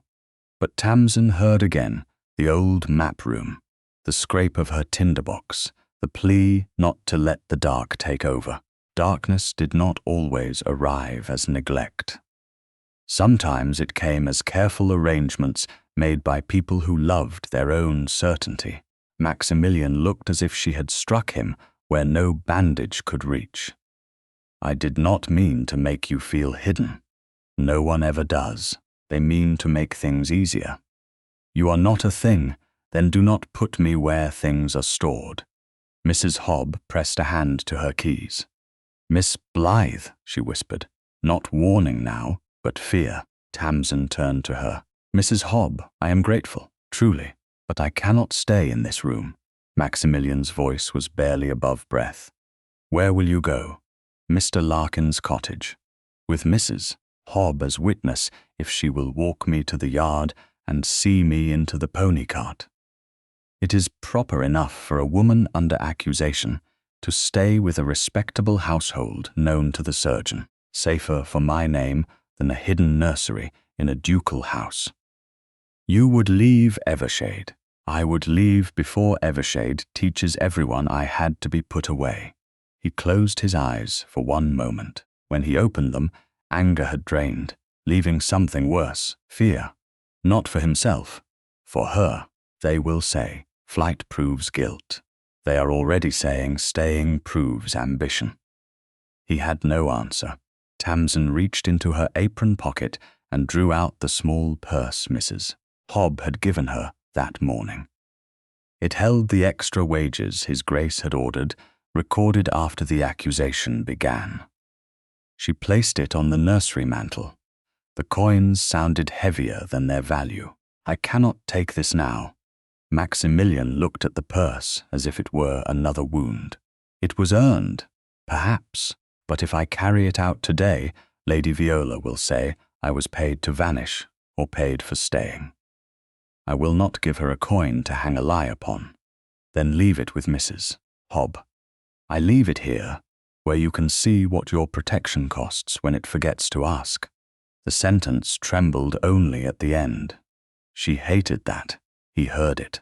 His hand lifted a fraction, not reaching all the way. A habit of care started and stopped. The memory of the hand he had offered after the hearing stood between them. This time she did not take it. "Please don't," she said quietly. His hand fell back to the cane. The refusal passed through him visibly, but he honored it. That hurt more than if he had argued.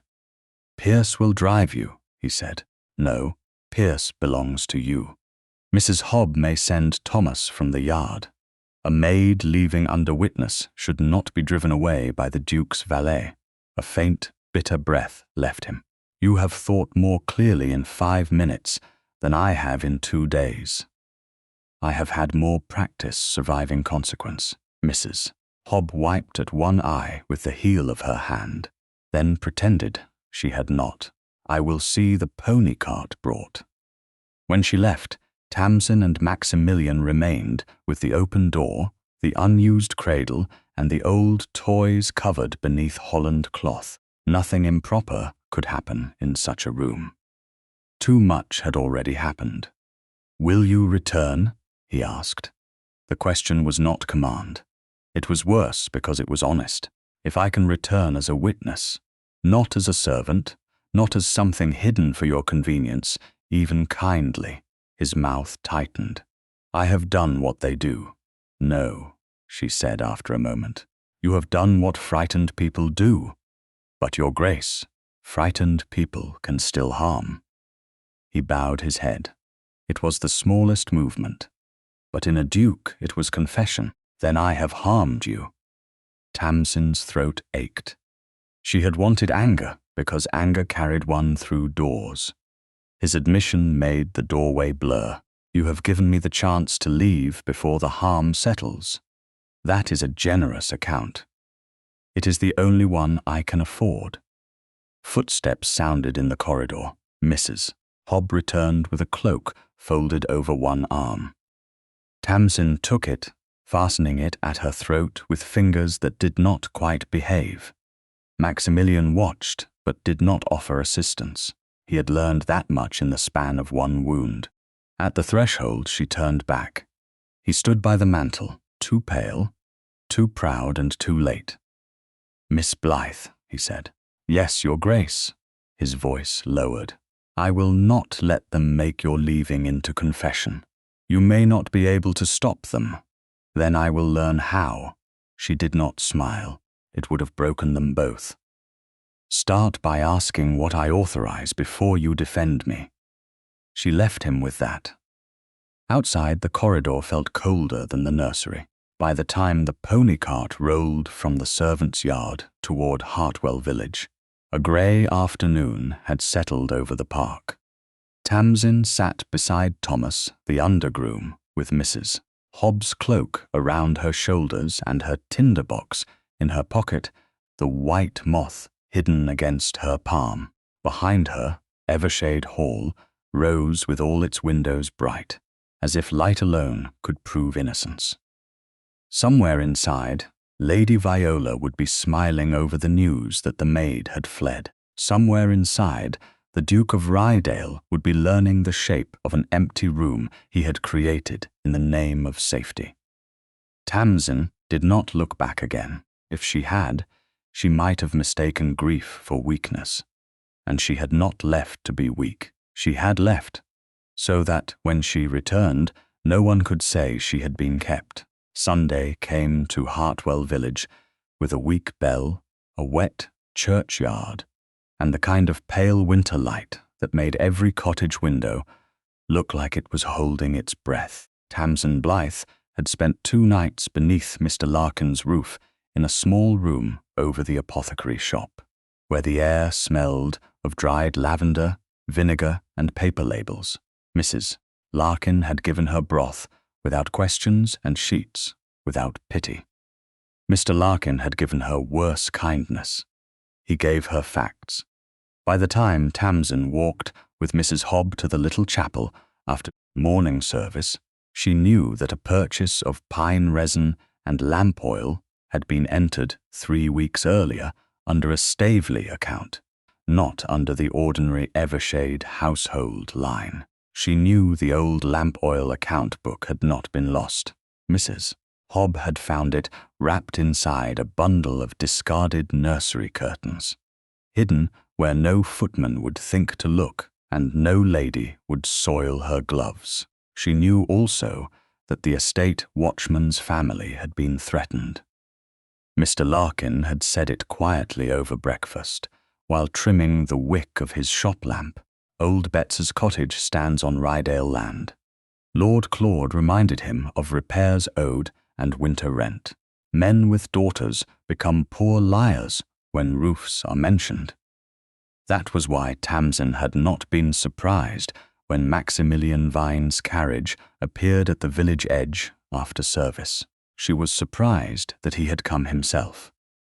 The black carriage stopped beyond the chapel gate, not close enough to make a spectacle before the rector's wife, but not hidden either. Pierce stepped down first. Then Mr. Elbridge, grim as a physician, attending stubbornness in human form. Last came the Duke of Rydale, pale beneath his hat, moving with a cane and the controlled anger of a man whose body had declared itself against the journey and been overruled. Tamsin stood beneath the chapel passage where damp ivy climbed the old stone. Mrs. Hobb remained 2 steps behind her. Mr. Larkin lingered near the churchyard wall, pretending to inspect a loose glove button while watching everything. Maximilian removed his hat. That courtesy nearly undid her because it belonged to a gentleman greeting a lady in public daylight, not a duke retrieving a servant from temporary exile. "Miss Blythe," he said, "Your Grace." She curtsied. He looked as if the title pained him today, not from injury, but from everything it had permitted him to do badly. "May I speak with you here?" "Mrs. Hobb may remain. So may Mr. Larkin, if you prefer." No command, no assumption.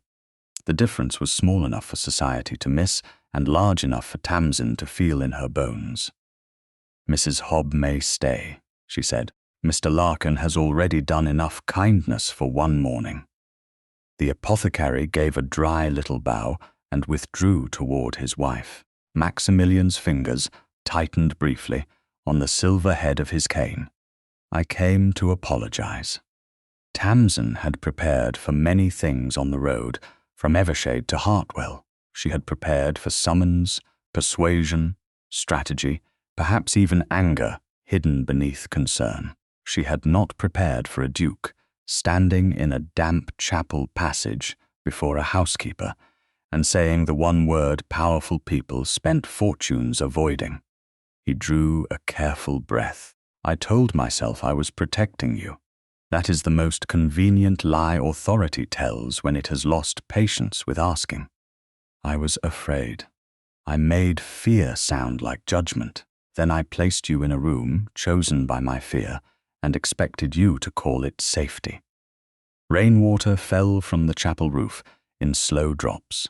Tamsin watched one strike the stone between them. "You did not lock the door." "No." His voice lowered. "I merely arranged the world so the door would feel like the only decent place to remain." "That is not greatly better, Mrs." Hobb made a quiet sound behind Tamsin, then mastered it. Tamsin looked at the man before her and saw the cost of the carriage ride in the grey cast beneath his cheekbones. He should have been in bed, or at least in the old map room, with broth and scolding.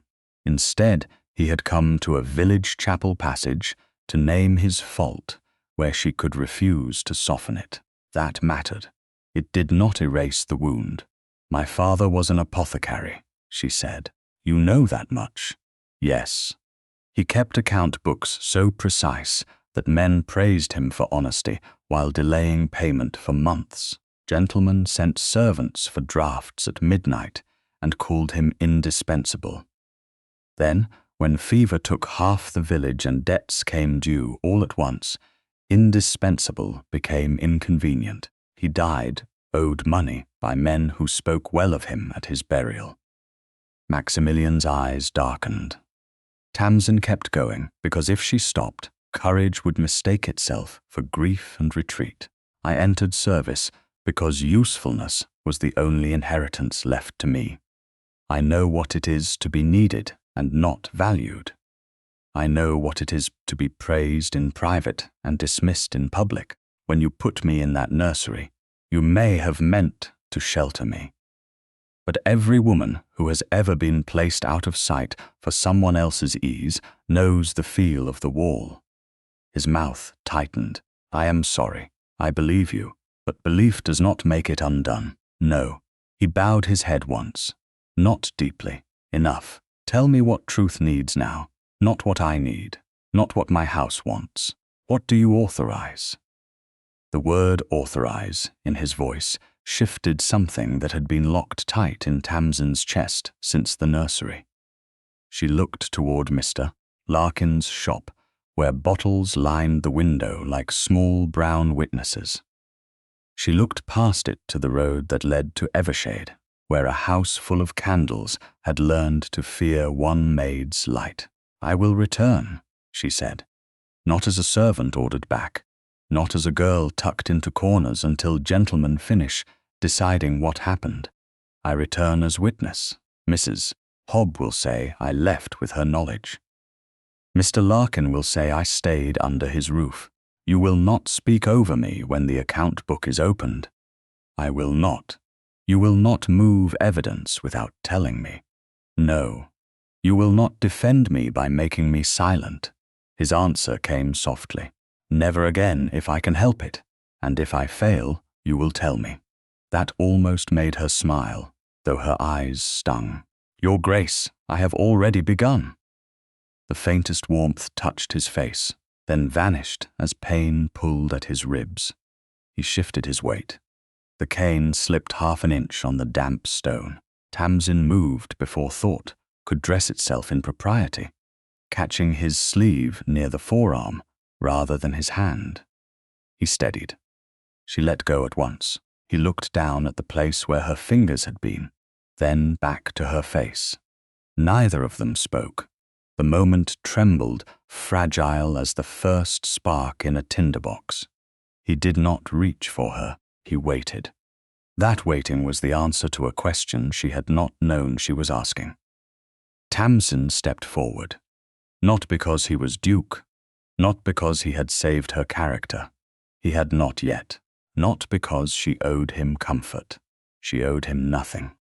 She stepped forward because he had come wounded and proud into daylight, laid down command, and asked what she chose. Her hands rose only a little. He understood slowly, almost with disbelief. Tamsin, he whispered, forgetting the miss and making the name human, not possessive. It's all right, she said, for this. Only then did he close the distance his pride had left unclaimed. The embrace was brief, restrained by the chapel stones, Mrs. Hobb's presence, his injuries, and the whole weight of England waiting to disapprove. Yet when his arms came around her with exquisite care, one hand hovering a moment before settling safely at her shoulder, Tamsin felt the old map room, the nursery, the smoke accusation, the whispers, and the long years of being useful without being held as worthy, all loosened by one breath. She rested her cheek nowhere, improper, only against the edge of his coat near his shoulder, and felt how carefully he did not pull her closer than she had offered. You are not mine to hide, he said, so low only she and perhaps Mrs. Hobb heard. No, she answered. But I will stand beside you if standing there doesn't make me disappear. Then I shall have to learn where beside is. She drew back first. He let her go immediately. His face had changed, not healed, not happy. Changed as a man looks changed when a locked room in him has been opened and he is both grateful and afraid of the air. Mrs. Hobb turned away with great dignity and wiped both eyes, as if the chapel dust had insulted her. From the lane came the quick patter of boots. A girl of perhaps 12 hurried through the gate, shawl askew, cheeks red from running. Tamsin recognized her as old Betts's daughter from the watchman's cottage. The child stopped short at the sight of the Duke, nearly fled, then thrust a folded scrap of paper toward Tamsin rather than him. "Please, miss, father said I wasn't to bring it, but ma'am said truth rots a house worse than damp." Tamsin took the paper. It was torn from a logbook, the edge ragged, the ink blurred but legible. South Terrace. Green light seen before the fall. No surgeon sent until after one. Maximilian went very still. Tamsin looked up from the torn page and saw in his face that the night had returned to him. Not whole, but enough to wound. Behind them, the chapel bell gave one soft, belated note. Ahead of them waited Evershade Hall, the stolen hour, the hidden account book, and a reckoning no nursery could contain. By the 4th week after the fall, Evershade Hall had learned that Tamsin Blythe had returned, and the house received the fact like a draught under a locked door. No one said openly that the maid had come back as a witness rather than a servant, but everyone felt the difference. She did not resume lamp-room duty alone. She did not carry trays to the old map-room like a girl seeking permission to exist. She moved with Mrs. Hob beside her or Pierce within call, her brass tinderbox restored to her pocket, her burned fingers nearly healed, and the torn watchman's page wrapped inside an envelope Mr. Larkin had sealed before they left Hartwell village. Maximilian had insisted the return be visible. Not grand, not theatrical. Visible. The pony cart had rolled through the servants' yard in daylight, with Mrs. Hob stepping down first, Tamsin second, and Mr. Larkin handing the watchman's daughter a paper promising that no cottage repair, winter rents, or estate favor would be used to punish her family for truth. That promise had Maximilian's signature at the bottom, written in a hand still strained by injury, but unmistakably his. Lord Claude had smiled when he heard of it. How noble. He had said in the breakfast room, loud enough for Pierce to carry the words elsewhere. His Grace now writes treaties with children. By afternoon, the old map-room held the beginning of an answer. The torn watchman's page lay beside the lamp-room book, the resin-stained wick, Mr. Larkin's account note, and the suited tinderbox tray. The entry on the torn page was short enough to be merciless. South Terrace. Green light seen before the fall. No surgeon sent until after one. The handwriting was old Betts's. The torn edge matched the damaged log, still kept in the estate office, where the same hour had been replaced by a clean, false line stating that no exterior light had been visible due to rain. Tamsin stood at the table and read both entries twice, not because she needed to, but because Maximilian had asked her to reconstruct the sequence in her own words, before anyone else was allowed to decorate it with rank. He sat in the high-backed chair with his cane against one knee, dressed properly for the first time in a dark coat and waistcoat, though his pallor betrayed him, and Mr. Elbridge had placed a second chair near the terrace doors in case stubbornness became collapse. The green light was seen before the fall, Tamsin said. The terrace lantern was signed out to Hasker for Lord Claude. The wick was cut and treated with resin. If held or set near the lower retaining wall, the green glass would show strongly through rain. A man inspecting the grounds might think he was being signaled toward trouble. Maximilian's gaze had gone distant, not vague, worse. He was looking at the room and seeing the storm. "I remember it low," he said, "not in the usual bracket, lower, as if someone had dropped it, or wished you to believe someone had dropped it," Tamsin said. His eyes returned to her. "Yes, Mr." Larkin lifted the baluster splinter from its cloth. "And the railing?" Pierce answered, voice controlled. "The South Terrace balustrade has weather damage in many places, But this piece shows a fresh, narrow cut under the old surface. A tool began what the fall finished. A cut hidden beneath damp and age, Tamsin said. Enough that afterward it could be called storm damage. Maximilian's jaw tightened. Claude told me last month the south rail wanted repair. I told him to have the estate carpenter look to it after Michaelmas accounts were settled. Who knew you would inspect it yourself, mister? Elbridge asked. Maximilian closed his eyes briefly. Anyone who knew I disliked neglected masonry more than bad weather. The attempt at dryness did not hide the grief beneath it. Tamsin looked down at the evidence before concern could show too plainly. Maximilian had begun remembering in pieces since the chapel passage.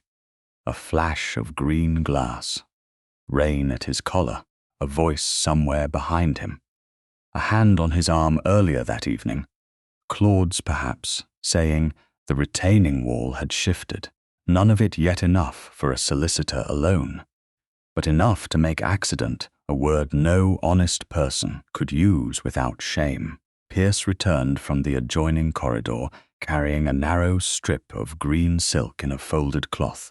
From Lady Viola's discarded masquerade trimming, Your Grace. Mrs. Hobb found it in the sewing basket, sent down to be sorted. Mr. Larkin has not yet examined it. Lady Viola's ribbon. Tamsin remembered the green silk at her sleeve, the fan stopping, the smile when the tinderbox was found stained. Mr. Larkin bent over the ribbon and touched the darkened edge with a probe. He brought it near his nose, then away. Pine resin again, fainter than on the wick. But there.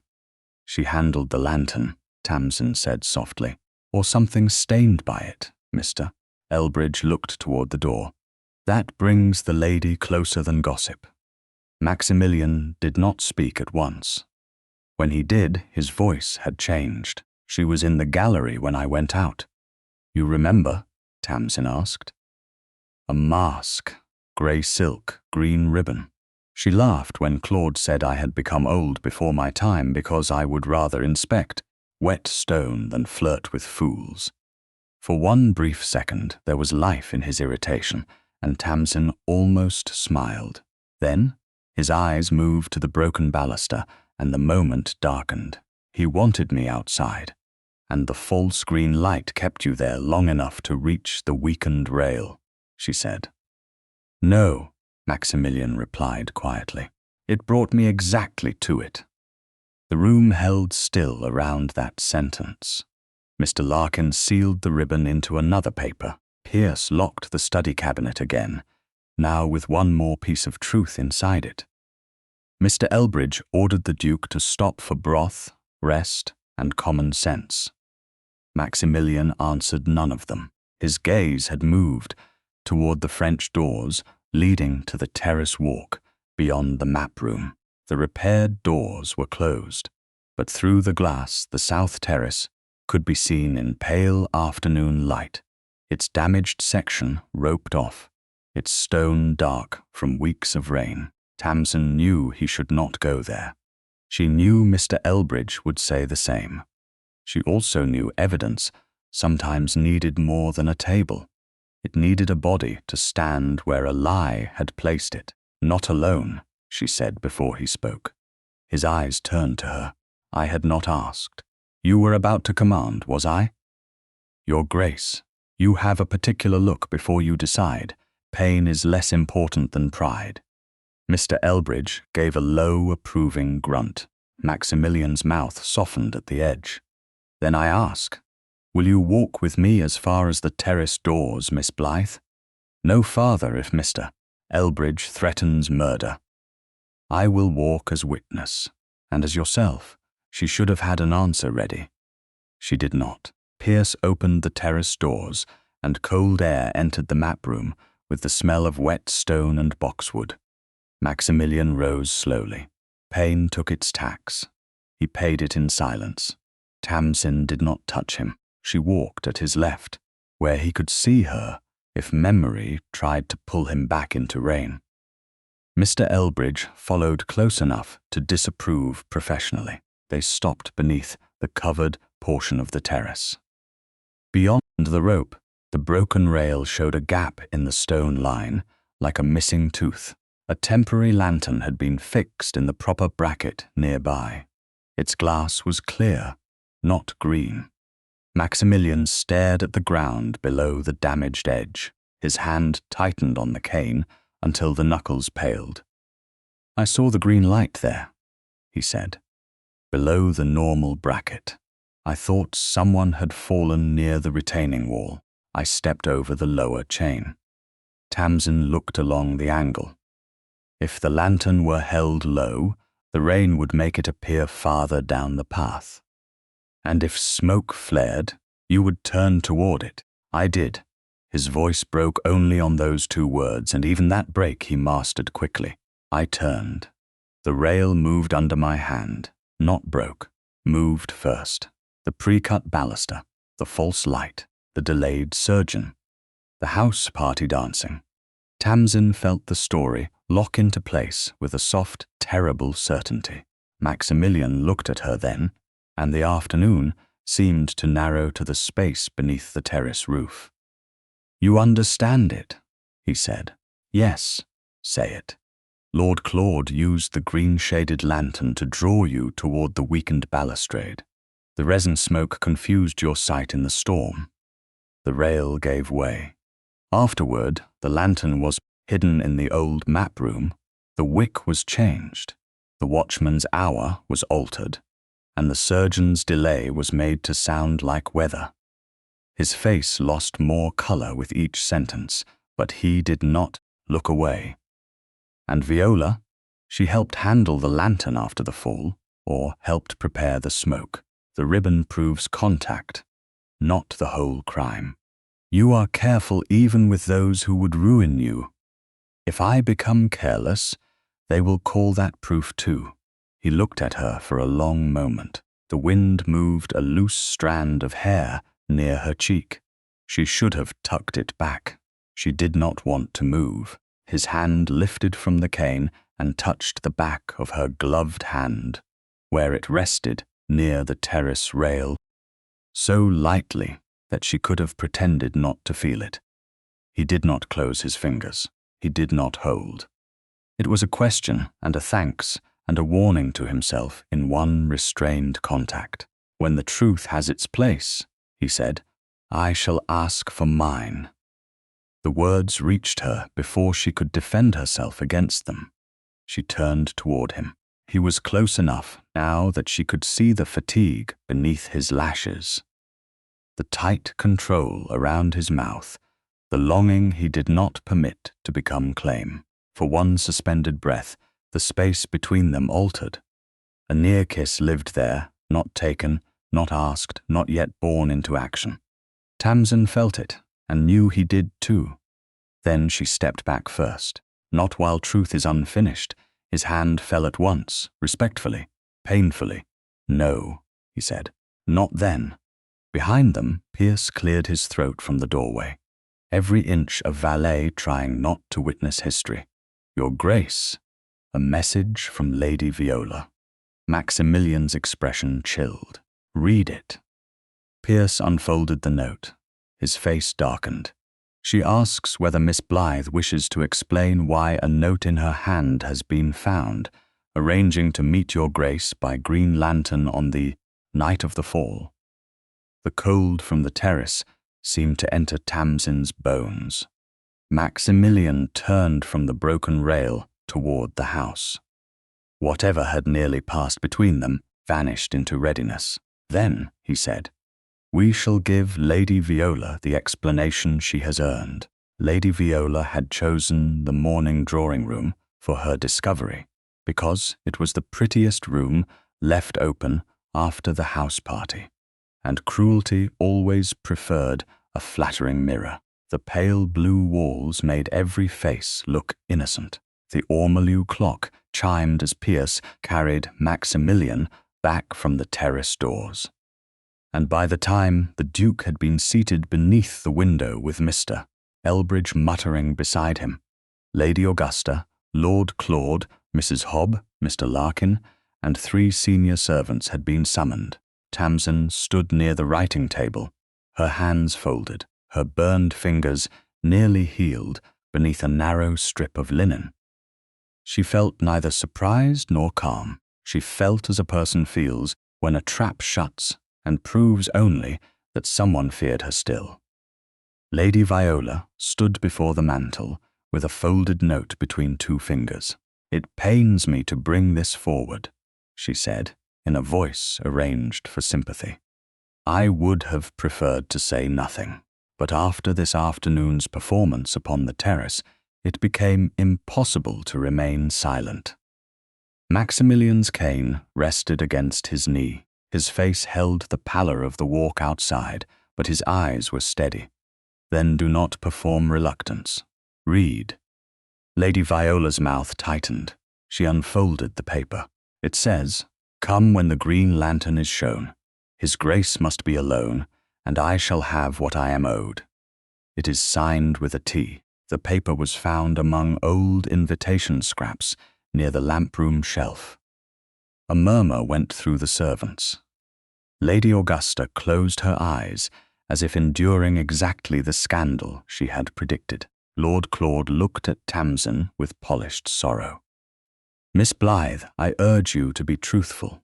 Matters will go better if you admit foolish ambition before worse conclusions are drawn." Tamsin did not look at him. She looked at the note. Green wax marked the fold. The color was bright, elegant, and entirely wrong. "May I see it?" she asked. Lady Viola drew the paper back. "Surely you know your own words." "If they were mine, I should." Maximilian lifted one hand. "Pierce." The valet crossed the room and took the note from Lady Viola before she could refuse without appearing to defy the Duke. He brought it first to Maximilian, but the Duke did not unfold it. He held it out toward Tamsin. "You may examine what accuses you." Lady Augusta's fan snapped open. "Maximilian, this is irregular. So is attempted ruin by stationery." Tamsin took the note. She did not tremble. That felt like victory enough for the first breath. The paper was not servant paper. It was too fine, cut from a larger sheet with a faint pressed border. The green wax smelled faintly of the family's masquerade invitations. The same resinous scent used to scent the hall seals for the autumn supper. The handwriting tried to narrow itself like hers, but the downward strokes were too graceful. Whoever had written it believed plain writing meant thin writing. They did not understand thrift. They did not understand years of saving ink, because every bottle in an apothecary shop had to be paid for before gentlemen paid their accounts. "This is not mine," she said. Lady Viola laughed softly. Naturally, Tamsin looked at the line again. "His Grace must be alone. I shall have what I am owed." It was not merely false. It was insulting in its ignorance. "My father's shop was on Calder Lane," she said. "Anyone who knew me well enough to imitate my hand would know that." The folded edge contains a practice line beneath the wax. The address is written as Candler Lane. There is no Candler Lane in Hartwell Village. Mr. Larkin, who had been silent, stepped forward sharply. "Let me see." Tamsin passed him the note. He held it to the light and gave a sound of controlled disgust. "Candler?" "Yes. Thomas Blythe kept his shop on Calder Lane. I bought tincture bottles from him in my apprentice years." Lady Viola's nostrils flared. A misspelled street hardly proves innocence. "Servants spell poorly." "Some do," Tamsin said. "So do ladies who think servants must." Mrs. Hobb made a faint choking sound and covered it with a cough.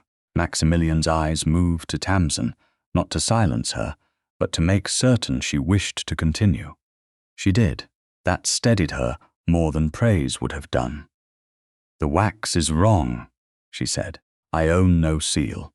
I use plain fold or thread if I must close a note. This wax is green. It smells of the masquerade invitations that were laid out in the lamp room before the supper, because the lamps for the entry hall were trimmed there beside the invitation baskets. Pierce turned toward the side table where discarded household papers had been placed. Your Grace, Lady Viola supervised the invitation baskets that afternoon.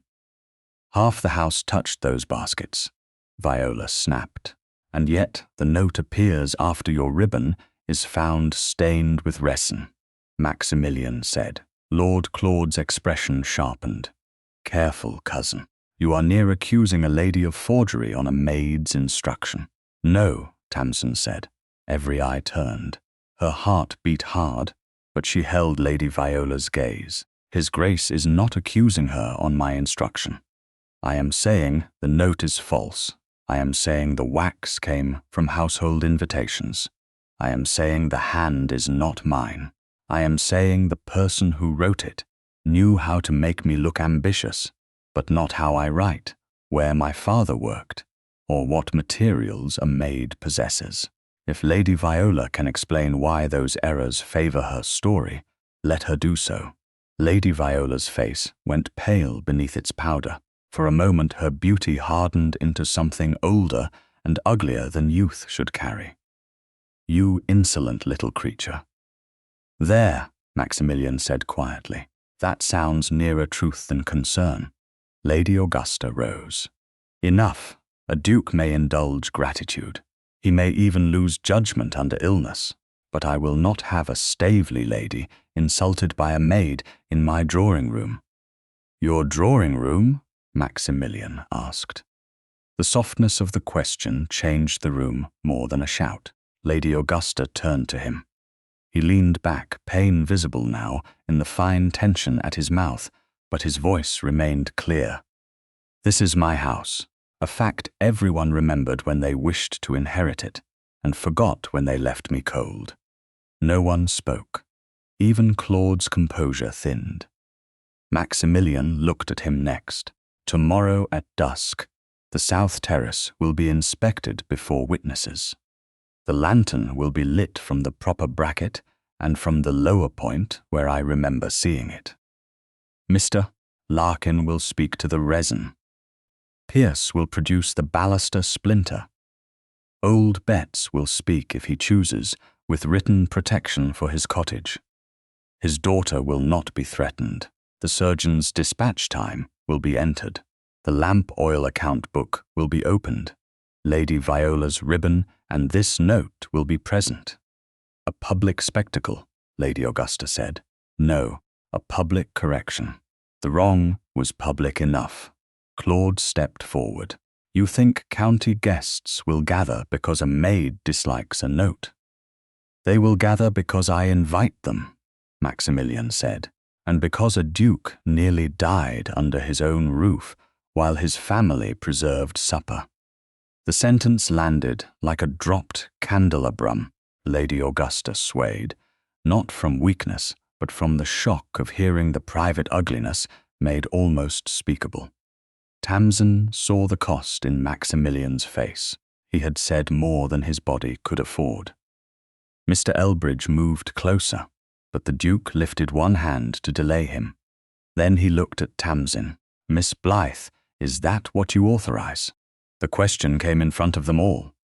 Not afterward, not quietly, not as correction once control had already been taken. Tamsin felt the full room waiting for her to accept the Duke's plan as gratitude or dependence. She made herself answer as a witness. I authorize my evidence to be used. I will not be hidden during the inspection. I will place the lantern if its position must be shown. His gaze warmed and grieved at once. So be it. Lady Viola gave a brittle laugh. How touching. Shall we also ask whether Miss Blythe authorizes the weather? Tamsin turned to her. No, my lady, only the truth that survived it. Pierce collected the forged note and sealed it in a fresh envelope under Mr. Larkin's eye. The green wax shone for one instant before the paper closed around it, bright as envy, small as proof. Lady Augusta swept out first, followed by Lady Viola, whose glance at Tamsin promised that the battle had not ended. Claude lingered. "You are building a case from servants, children, and lamp smoke," he said to Maximilian. "No inheritance in England has ever feared so little." The Duke's answer came flat and cold. "Then you should not tremble." Claude left without bowing. Only after the door closed did Maximilian's strength break enough for Mr. Elbridge to curse under his breath and order him still. Tamsin stepped back, but the Duke's eyes found her before she could retreat into usefulness. "Mrs. Blythe." "Your Grace, may I kiss your hand?" The room was not empty. Mrs. Hobb stood by the door. Pierce faced the evidence table. Mr. Larkin busied himself with sealing wax that no longer needed his attention. The request was formal enough for a queen's levee and intimate enough to steal Tamsin's breath. She looked at his face and saw no claim there, only gratitude disciplined by respect, and something deeper held back because she had asked him not to make love another place where she was unheard. She gave him her unburned hand. "Yes, Your Grace." He bowed over it, barely touching his lips to her glove. It was not possession. It was a vow restrained into courtesy. When he released her, he did so at once. "I will not make love another room where you are not heard," he said softly. She heard Mrs. Hobb's breath catch behind her. Tamsin held her hand close to her side, not because she regretted giving it, but because she feared how much it steadied her. "Then tomorrow," she said, "let the terrace hear everything." Outside the drawing room, Evershade Hall prepared itself for dusk, for witnesses, for green light against stone, and for the moment when a maid's plain voice would stand where a forged note had tried to place her shame. Dusk came to the south terrace with a cold, clear light, as if the sky itself had agreed to witness what Evershade Hall had tried to keep indoors. The rain had stopped, but the stones still held the dark memory of it. A temporary rope marked the broken section of balustrade. The green-shaded storm lantern stood unlit upon a small table beside the terrace steps, its glass cleaned only enough to show the soot that remained near the burner.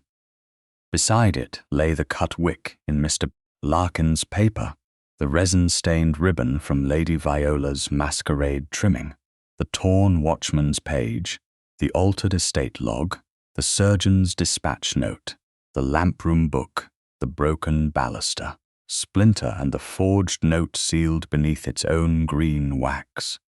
Tamsin Blythe stood near the lantern with Mrs. Hobb behind her and Mr. Larkin at her left. She did not wear a servant's cap. Mrs.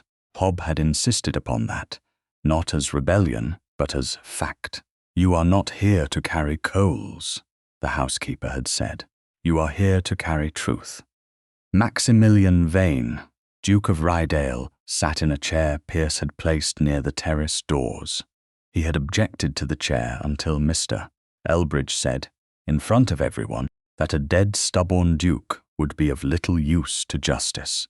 Now Maximilian sat with his cane across his knees, pale but composed, while Lady Augusta stood rigid. Beneath a black shawl, Lord Claude waited with folded arms, and Lady Viola arranged her face into wounded innocence. The local rector, two county neighbours, old Betts, the watchman, his trembling daughter, Hasker the groom, three senior servants, Mr. Elbridge, and the Duke's solicitor completed the circle. It was not a court. It was worse for the guilty. It was the house looking at itself. Maximilian turned first to Tamsin. "Miss Blythe, begin where the lie began." The permission settled over her like a cloak. She lifted the green lantern with both hands. Number 7 was signed out clean from the lamp room before supper. The book shows Mr. Hasker fetched it for Lord Claude's use near the south terrace. Hasker swallowed. Claude did not look at him. Tamsin set the lantern on the proper bracket near the terrace door. Its green glow, when Pierce lit it, was mild and steady. From here, the lantern marks the house. It does not lure anyone toward the broken rail. She moved slowly, with the solicitor watching, to the lower point near the roped section where Maximilian had remembered the false light. Pierce carried the lantern for safety, but Tamsin placed it on the low stone ledge herself. The green light changed at once. From the terrace doors, it appeared farther down the path, near the retaining wall. Mr. Larkin touched the cut wick with tongs, but did not light it fully. He held it near a controlled flame long enough for dark smoke to curl. "Pine resin," he said, "enough to foul the light and confuse sight in rain." Old Betts twisted his cap. "I saw that green light, Your Grace. I wrote it. Then Lord Claude told me I'd best remember the storm covered everything if I wanted my cottage roof mended before winter." His daughter clutched Mrs. Hobbs' sleeve. The solicitor marked the statement. Claude's voice came smooth and cold. A frightened old man will say much when promised security. Maximilian's eyes moved to the surgeon's note, and a frightened, ambitious heir will delay a surgeon. Pierce read the dispatch time aloud. After 1. Nearly 2 hours after Claude had claimed help was sent, Lady Augusta's lips parted, but no defense came quickly enough. Tamsin took up the baluster splinter. "This wood did not simply break, Mr. Elbridge cannot speak to timber, but the estate carpenter has written that a narrow cut weakened it beneath old weathering." The solicitor displayed the carpenter's signed note. Then Mr. Larkin showed the resin-stained ribbon. "This ribbon bears the same resin trace. It came from Lady Viola's discarded masquerade trimming." Viola's fan shook. Half the household handled decorations. "Not half the household forged this," Tamsin said, and placed the green wax note beside the invitation scraps. "The wax matches the masquerade invitations. The hand imitates mine, but misspells my father's street. I grew up on Calder Lane. The note says Candler Lane. A person who thought me only a maid guessed at my life and guessed wrongly." Lady Viola's composure broke in a flash of anger. "You should have remained grateful in your little lamp room." The words rang out before she could call them back. Maximilian stood then. Mr. Elbridge made a sharp sound, but the Duke rose anyway, leaning on the cane, pain whitening his mouth. "Thank you," he said, "for the first honest sentence." Claude stepped toward Viola. "Say nothing." But Hasker, the groom, had gone ashen. He looked from Claude to the broken rail, then to old Betts's daughter, who was crying silently into Mrs. Hobbs' sleeve. "I carried the tools," he said. Claude turned. "Hold your tongue."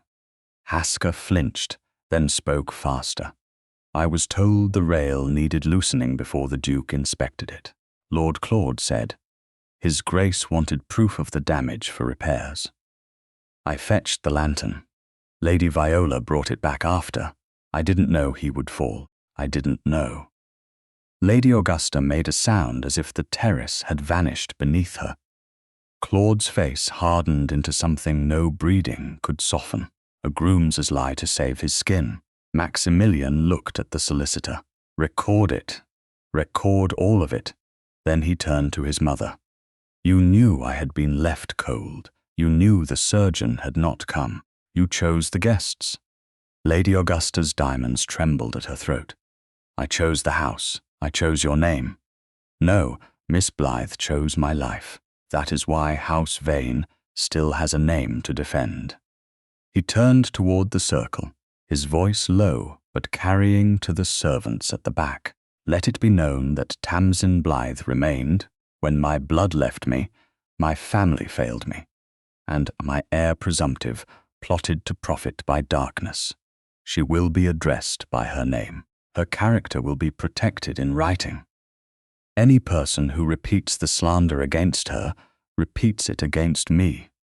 Tamsin could not move. The terrace, where she had been turned into rumour, now held her upright in daylight. Lady Viola covered her face. Lady Augusta turned away. Claude was escorted indoors by the solicitor's men, and Pierce, not dragged, not theatrically ruined, but ended in the way men of his class feared most. Witnessed, when the circle began to break, Maximilian remained standing only by will. Tamsin saw it and stepped near enough to be heard, not near enough to steady him before all. Your Grace, sit before Mr. Elbridge uses language unfit for the rector. His eyes found hers, and for the first time that evening, something beyond justice entered them. May I speak with you by the terrace lamp, Mrs. Hob may stand at the doors. Tamsin's heart changed its rhythm. Yes, the others withdrew to a respectful distance. Mrs. Hob remained visible. The green lantern burned clean now in the proper bracket. Maximilian faced Tamsin, with the night air between them and the truth finally behind them. I love you, Tamsin Blythe, he said. No title protected him from the nakedness of it. No rank softened the risk. Not because you saved my life, but because you taught me how to live without darkness. Her eyes filled before she could prevent it, but her voice did not fail. And I love you, Maximilian, not your title. You, his hand lifted, stopped and waited. May I kiss you, Tamsin? She stepped toward him first. Yes. The kiss was brief, reverent, and quiet beneath the terrace lamp. No more than a promise pressed into the space where accusation had stood. When he drew back, he did not claim her before the house. He simply rested his forehead near hers for one breath, then straightened with difficulty and looked toward the lantern. Will you remain? He asked softly. Only if I choose how, then choose. Tamsin looked at the clean green light, the broken rail, the gathered evidence, and the man who had learned to ask. I will remain for the truth tonight, she said. Tomorrow you may ask me again as a man, not as a duke. His smile was faint, exhausted, and real. Behind them, Evershade Hall stood bright with candles that had once hidden cowardice. On the terrace, one honest lantern burned clearer than all of them. 8 weeks after the South Terrace reckoning, Evershade Hall no longer sounded like a house holding its breath. It did not become joyful all at once. Houses, like people, had to learn honesty by degrees. First came the departures. Lord Claude Staveley left under solicitor's supervision before dawn. 2 days after the inquiry, his debts made known to men who had once bowed to him because they expected him to inherit. Hasker gave his sworn statement and was dismissed without a character, but not abandoned to Claude's vengeance. For Maximilian insisted the groom's fear did not absolve his obedience, but did not make him the architect of the crime. Lady Viola was sent to distant relations in Bath after the forged note. The resin-stained ribbon and her own bitter words on the terrace spread farther than any slander she had whispered about Tamsin.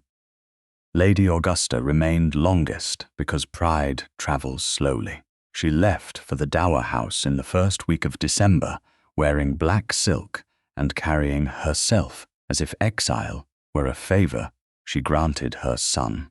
At the carriage door, Maximilian bowed to her with every courtesy due a dowager duchess, and none of the blindness due a frightened child.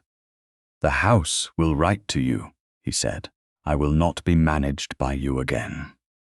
Lady Augusta looked once toward the terrace, where the repaired balustrade gleamed pale in the winter sun, and then toward Tamsin, who stood beside Mrs. Hob at a proper distance. You have altered the order of Evershade, she said. Maximilian's answer was quiet.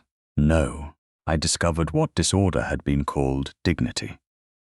After that, the house began to mend, not with grand gestures, Grand gestures were often only another kind of concealment.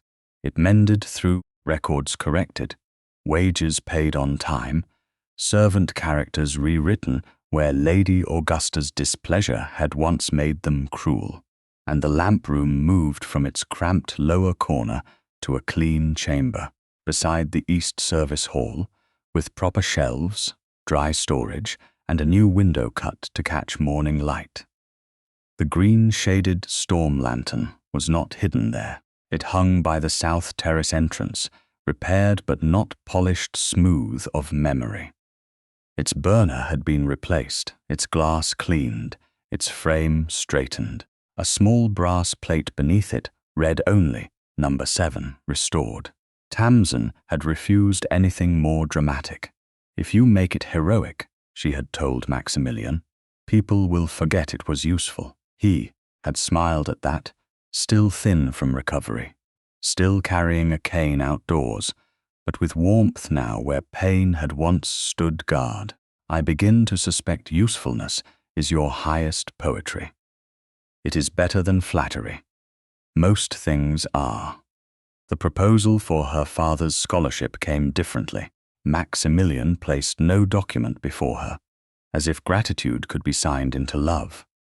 He asked first in Mrs. Hobbs' sitting room, with the door open, and Mr. Larkin present, whether Thomas Blythe's name might be used for a small annual fund to apprentice village boys and girls of good character to apothecaries, lamp makers, or other practical trades. "It must not be payment to me," Tamsin said.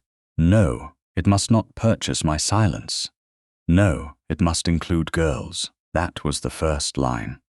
She looked at him then, and he did not look away. He had learned not to hurry her gratitude. He had learned that love, like flame, failed when deprived of air. "Then yes," she said. Mr. Larkin wiped his spectacles for so long that Mrs. Hobb told him he would rub the glass away before sentiment ended, and Tamsin laughed before she could prevent it. The sound startled the room. It startled her most of all. Courtship came next, not because society made the path easy, but because Maximilian refused to make it secret. He called upon her in the housekeeper's parlour first, then in the morning room with Mrs. Hobb present, then walked with her in the winter garden, while Pierce followed at a distance so exaggeratedly respectable that Tamsin accused him of terrifying the hedges. Maximilian sent no jewels. He offered books from the estate library only after asking whether the gesture would feel like instruction. He never came to the lamp room unless invited, when county ladies sent calling cards full of curiosity disguised as kindness. He returned the ones that slighted Tamsin's name, and received the ones addressed properly to Miss Blythe. There were murmurs. Of course there were. England did not surrender hierarchy because a duke had nearly died by its darker habits, but every murmur met the terrace evidence, the solicitor's copies, the rector's witness, Mr. Larkin's account, Mrs. Hobbs' silence sharpened into authority, and Maximilian's cold, public refusal to let Tamsin's character be treated as an open question. By Christmas week, the engagement notice was drafted but not yet sent. Maximilian had asked her as a man first, in the winter garden beneath bare branches silvered with frost, with Mrs. Hobb visible through the glass doors and his cane planted carefully beside his boot. "Tamsin," he had said, "I would like to ask you to marry me, not because you stayed, not because I owe you life, not because the house needs a moral lesson in silk. I ask because I love you, and because every future I imagine without your voice in it feels like a room where the lamp has gone out. You may refuse me. You may ask me to wait. You may tell me that love does not erase the difference between your world and mine. I know it doesn't. I only ask whether I may spend my life making certain that difference never becomes a door closed against you." She had made him wait, not as punishment, but because her answer mattered too much to be given while tears ruled it. Then she had placed her hand over his on the cane and said, "Yes, but I will not become ornamental." His smile had trembled.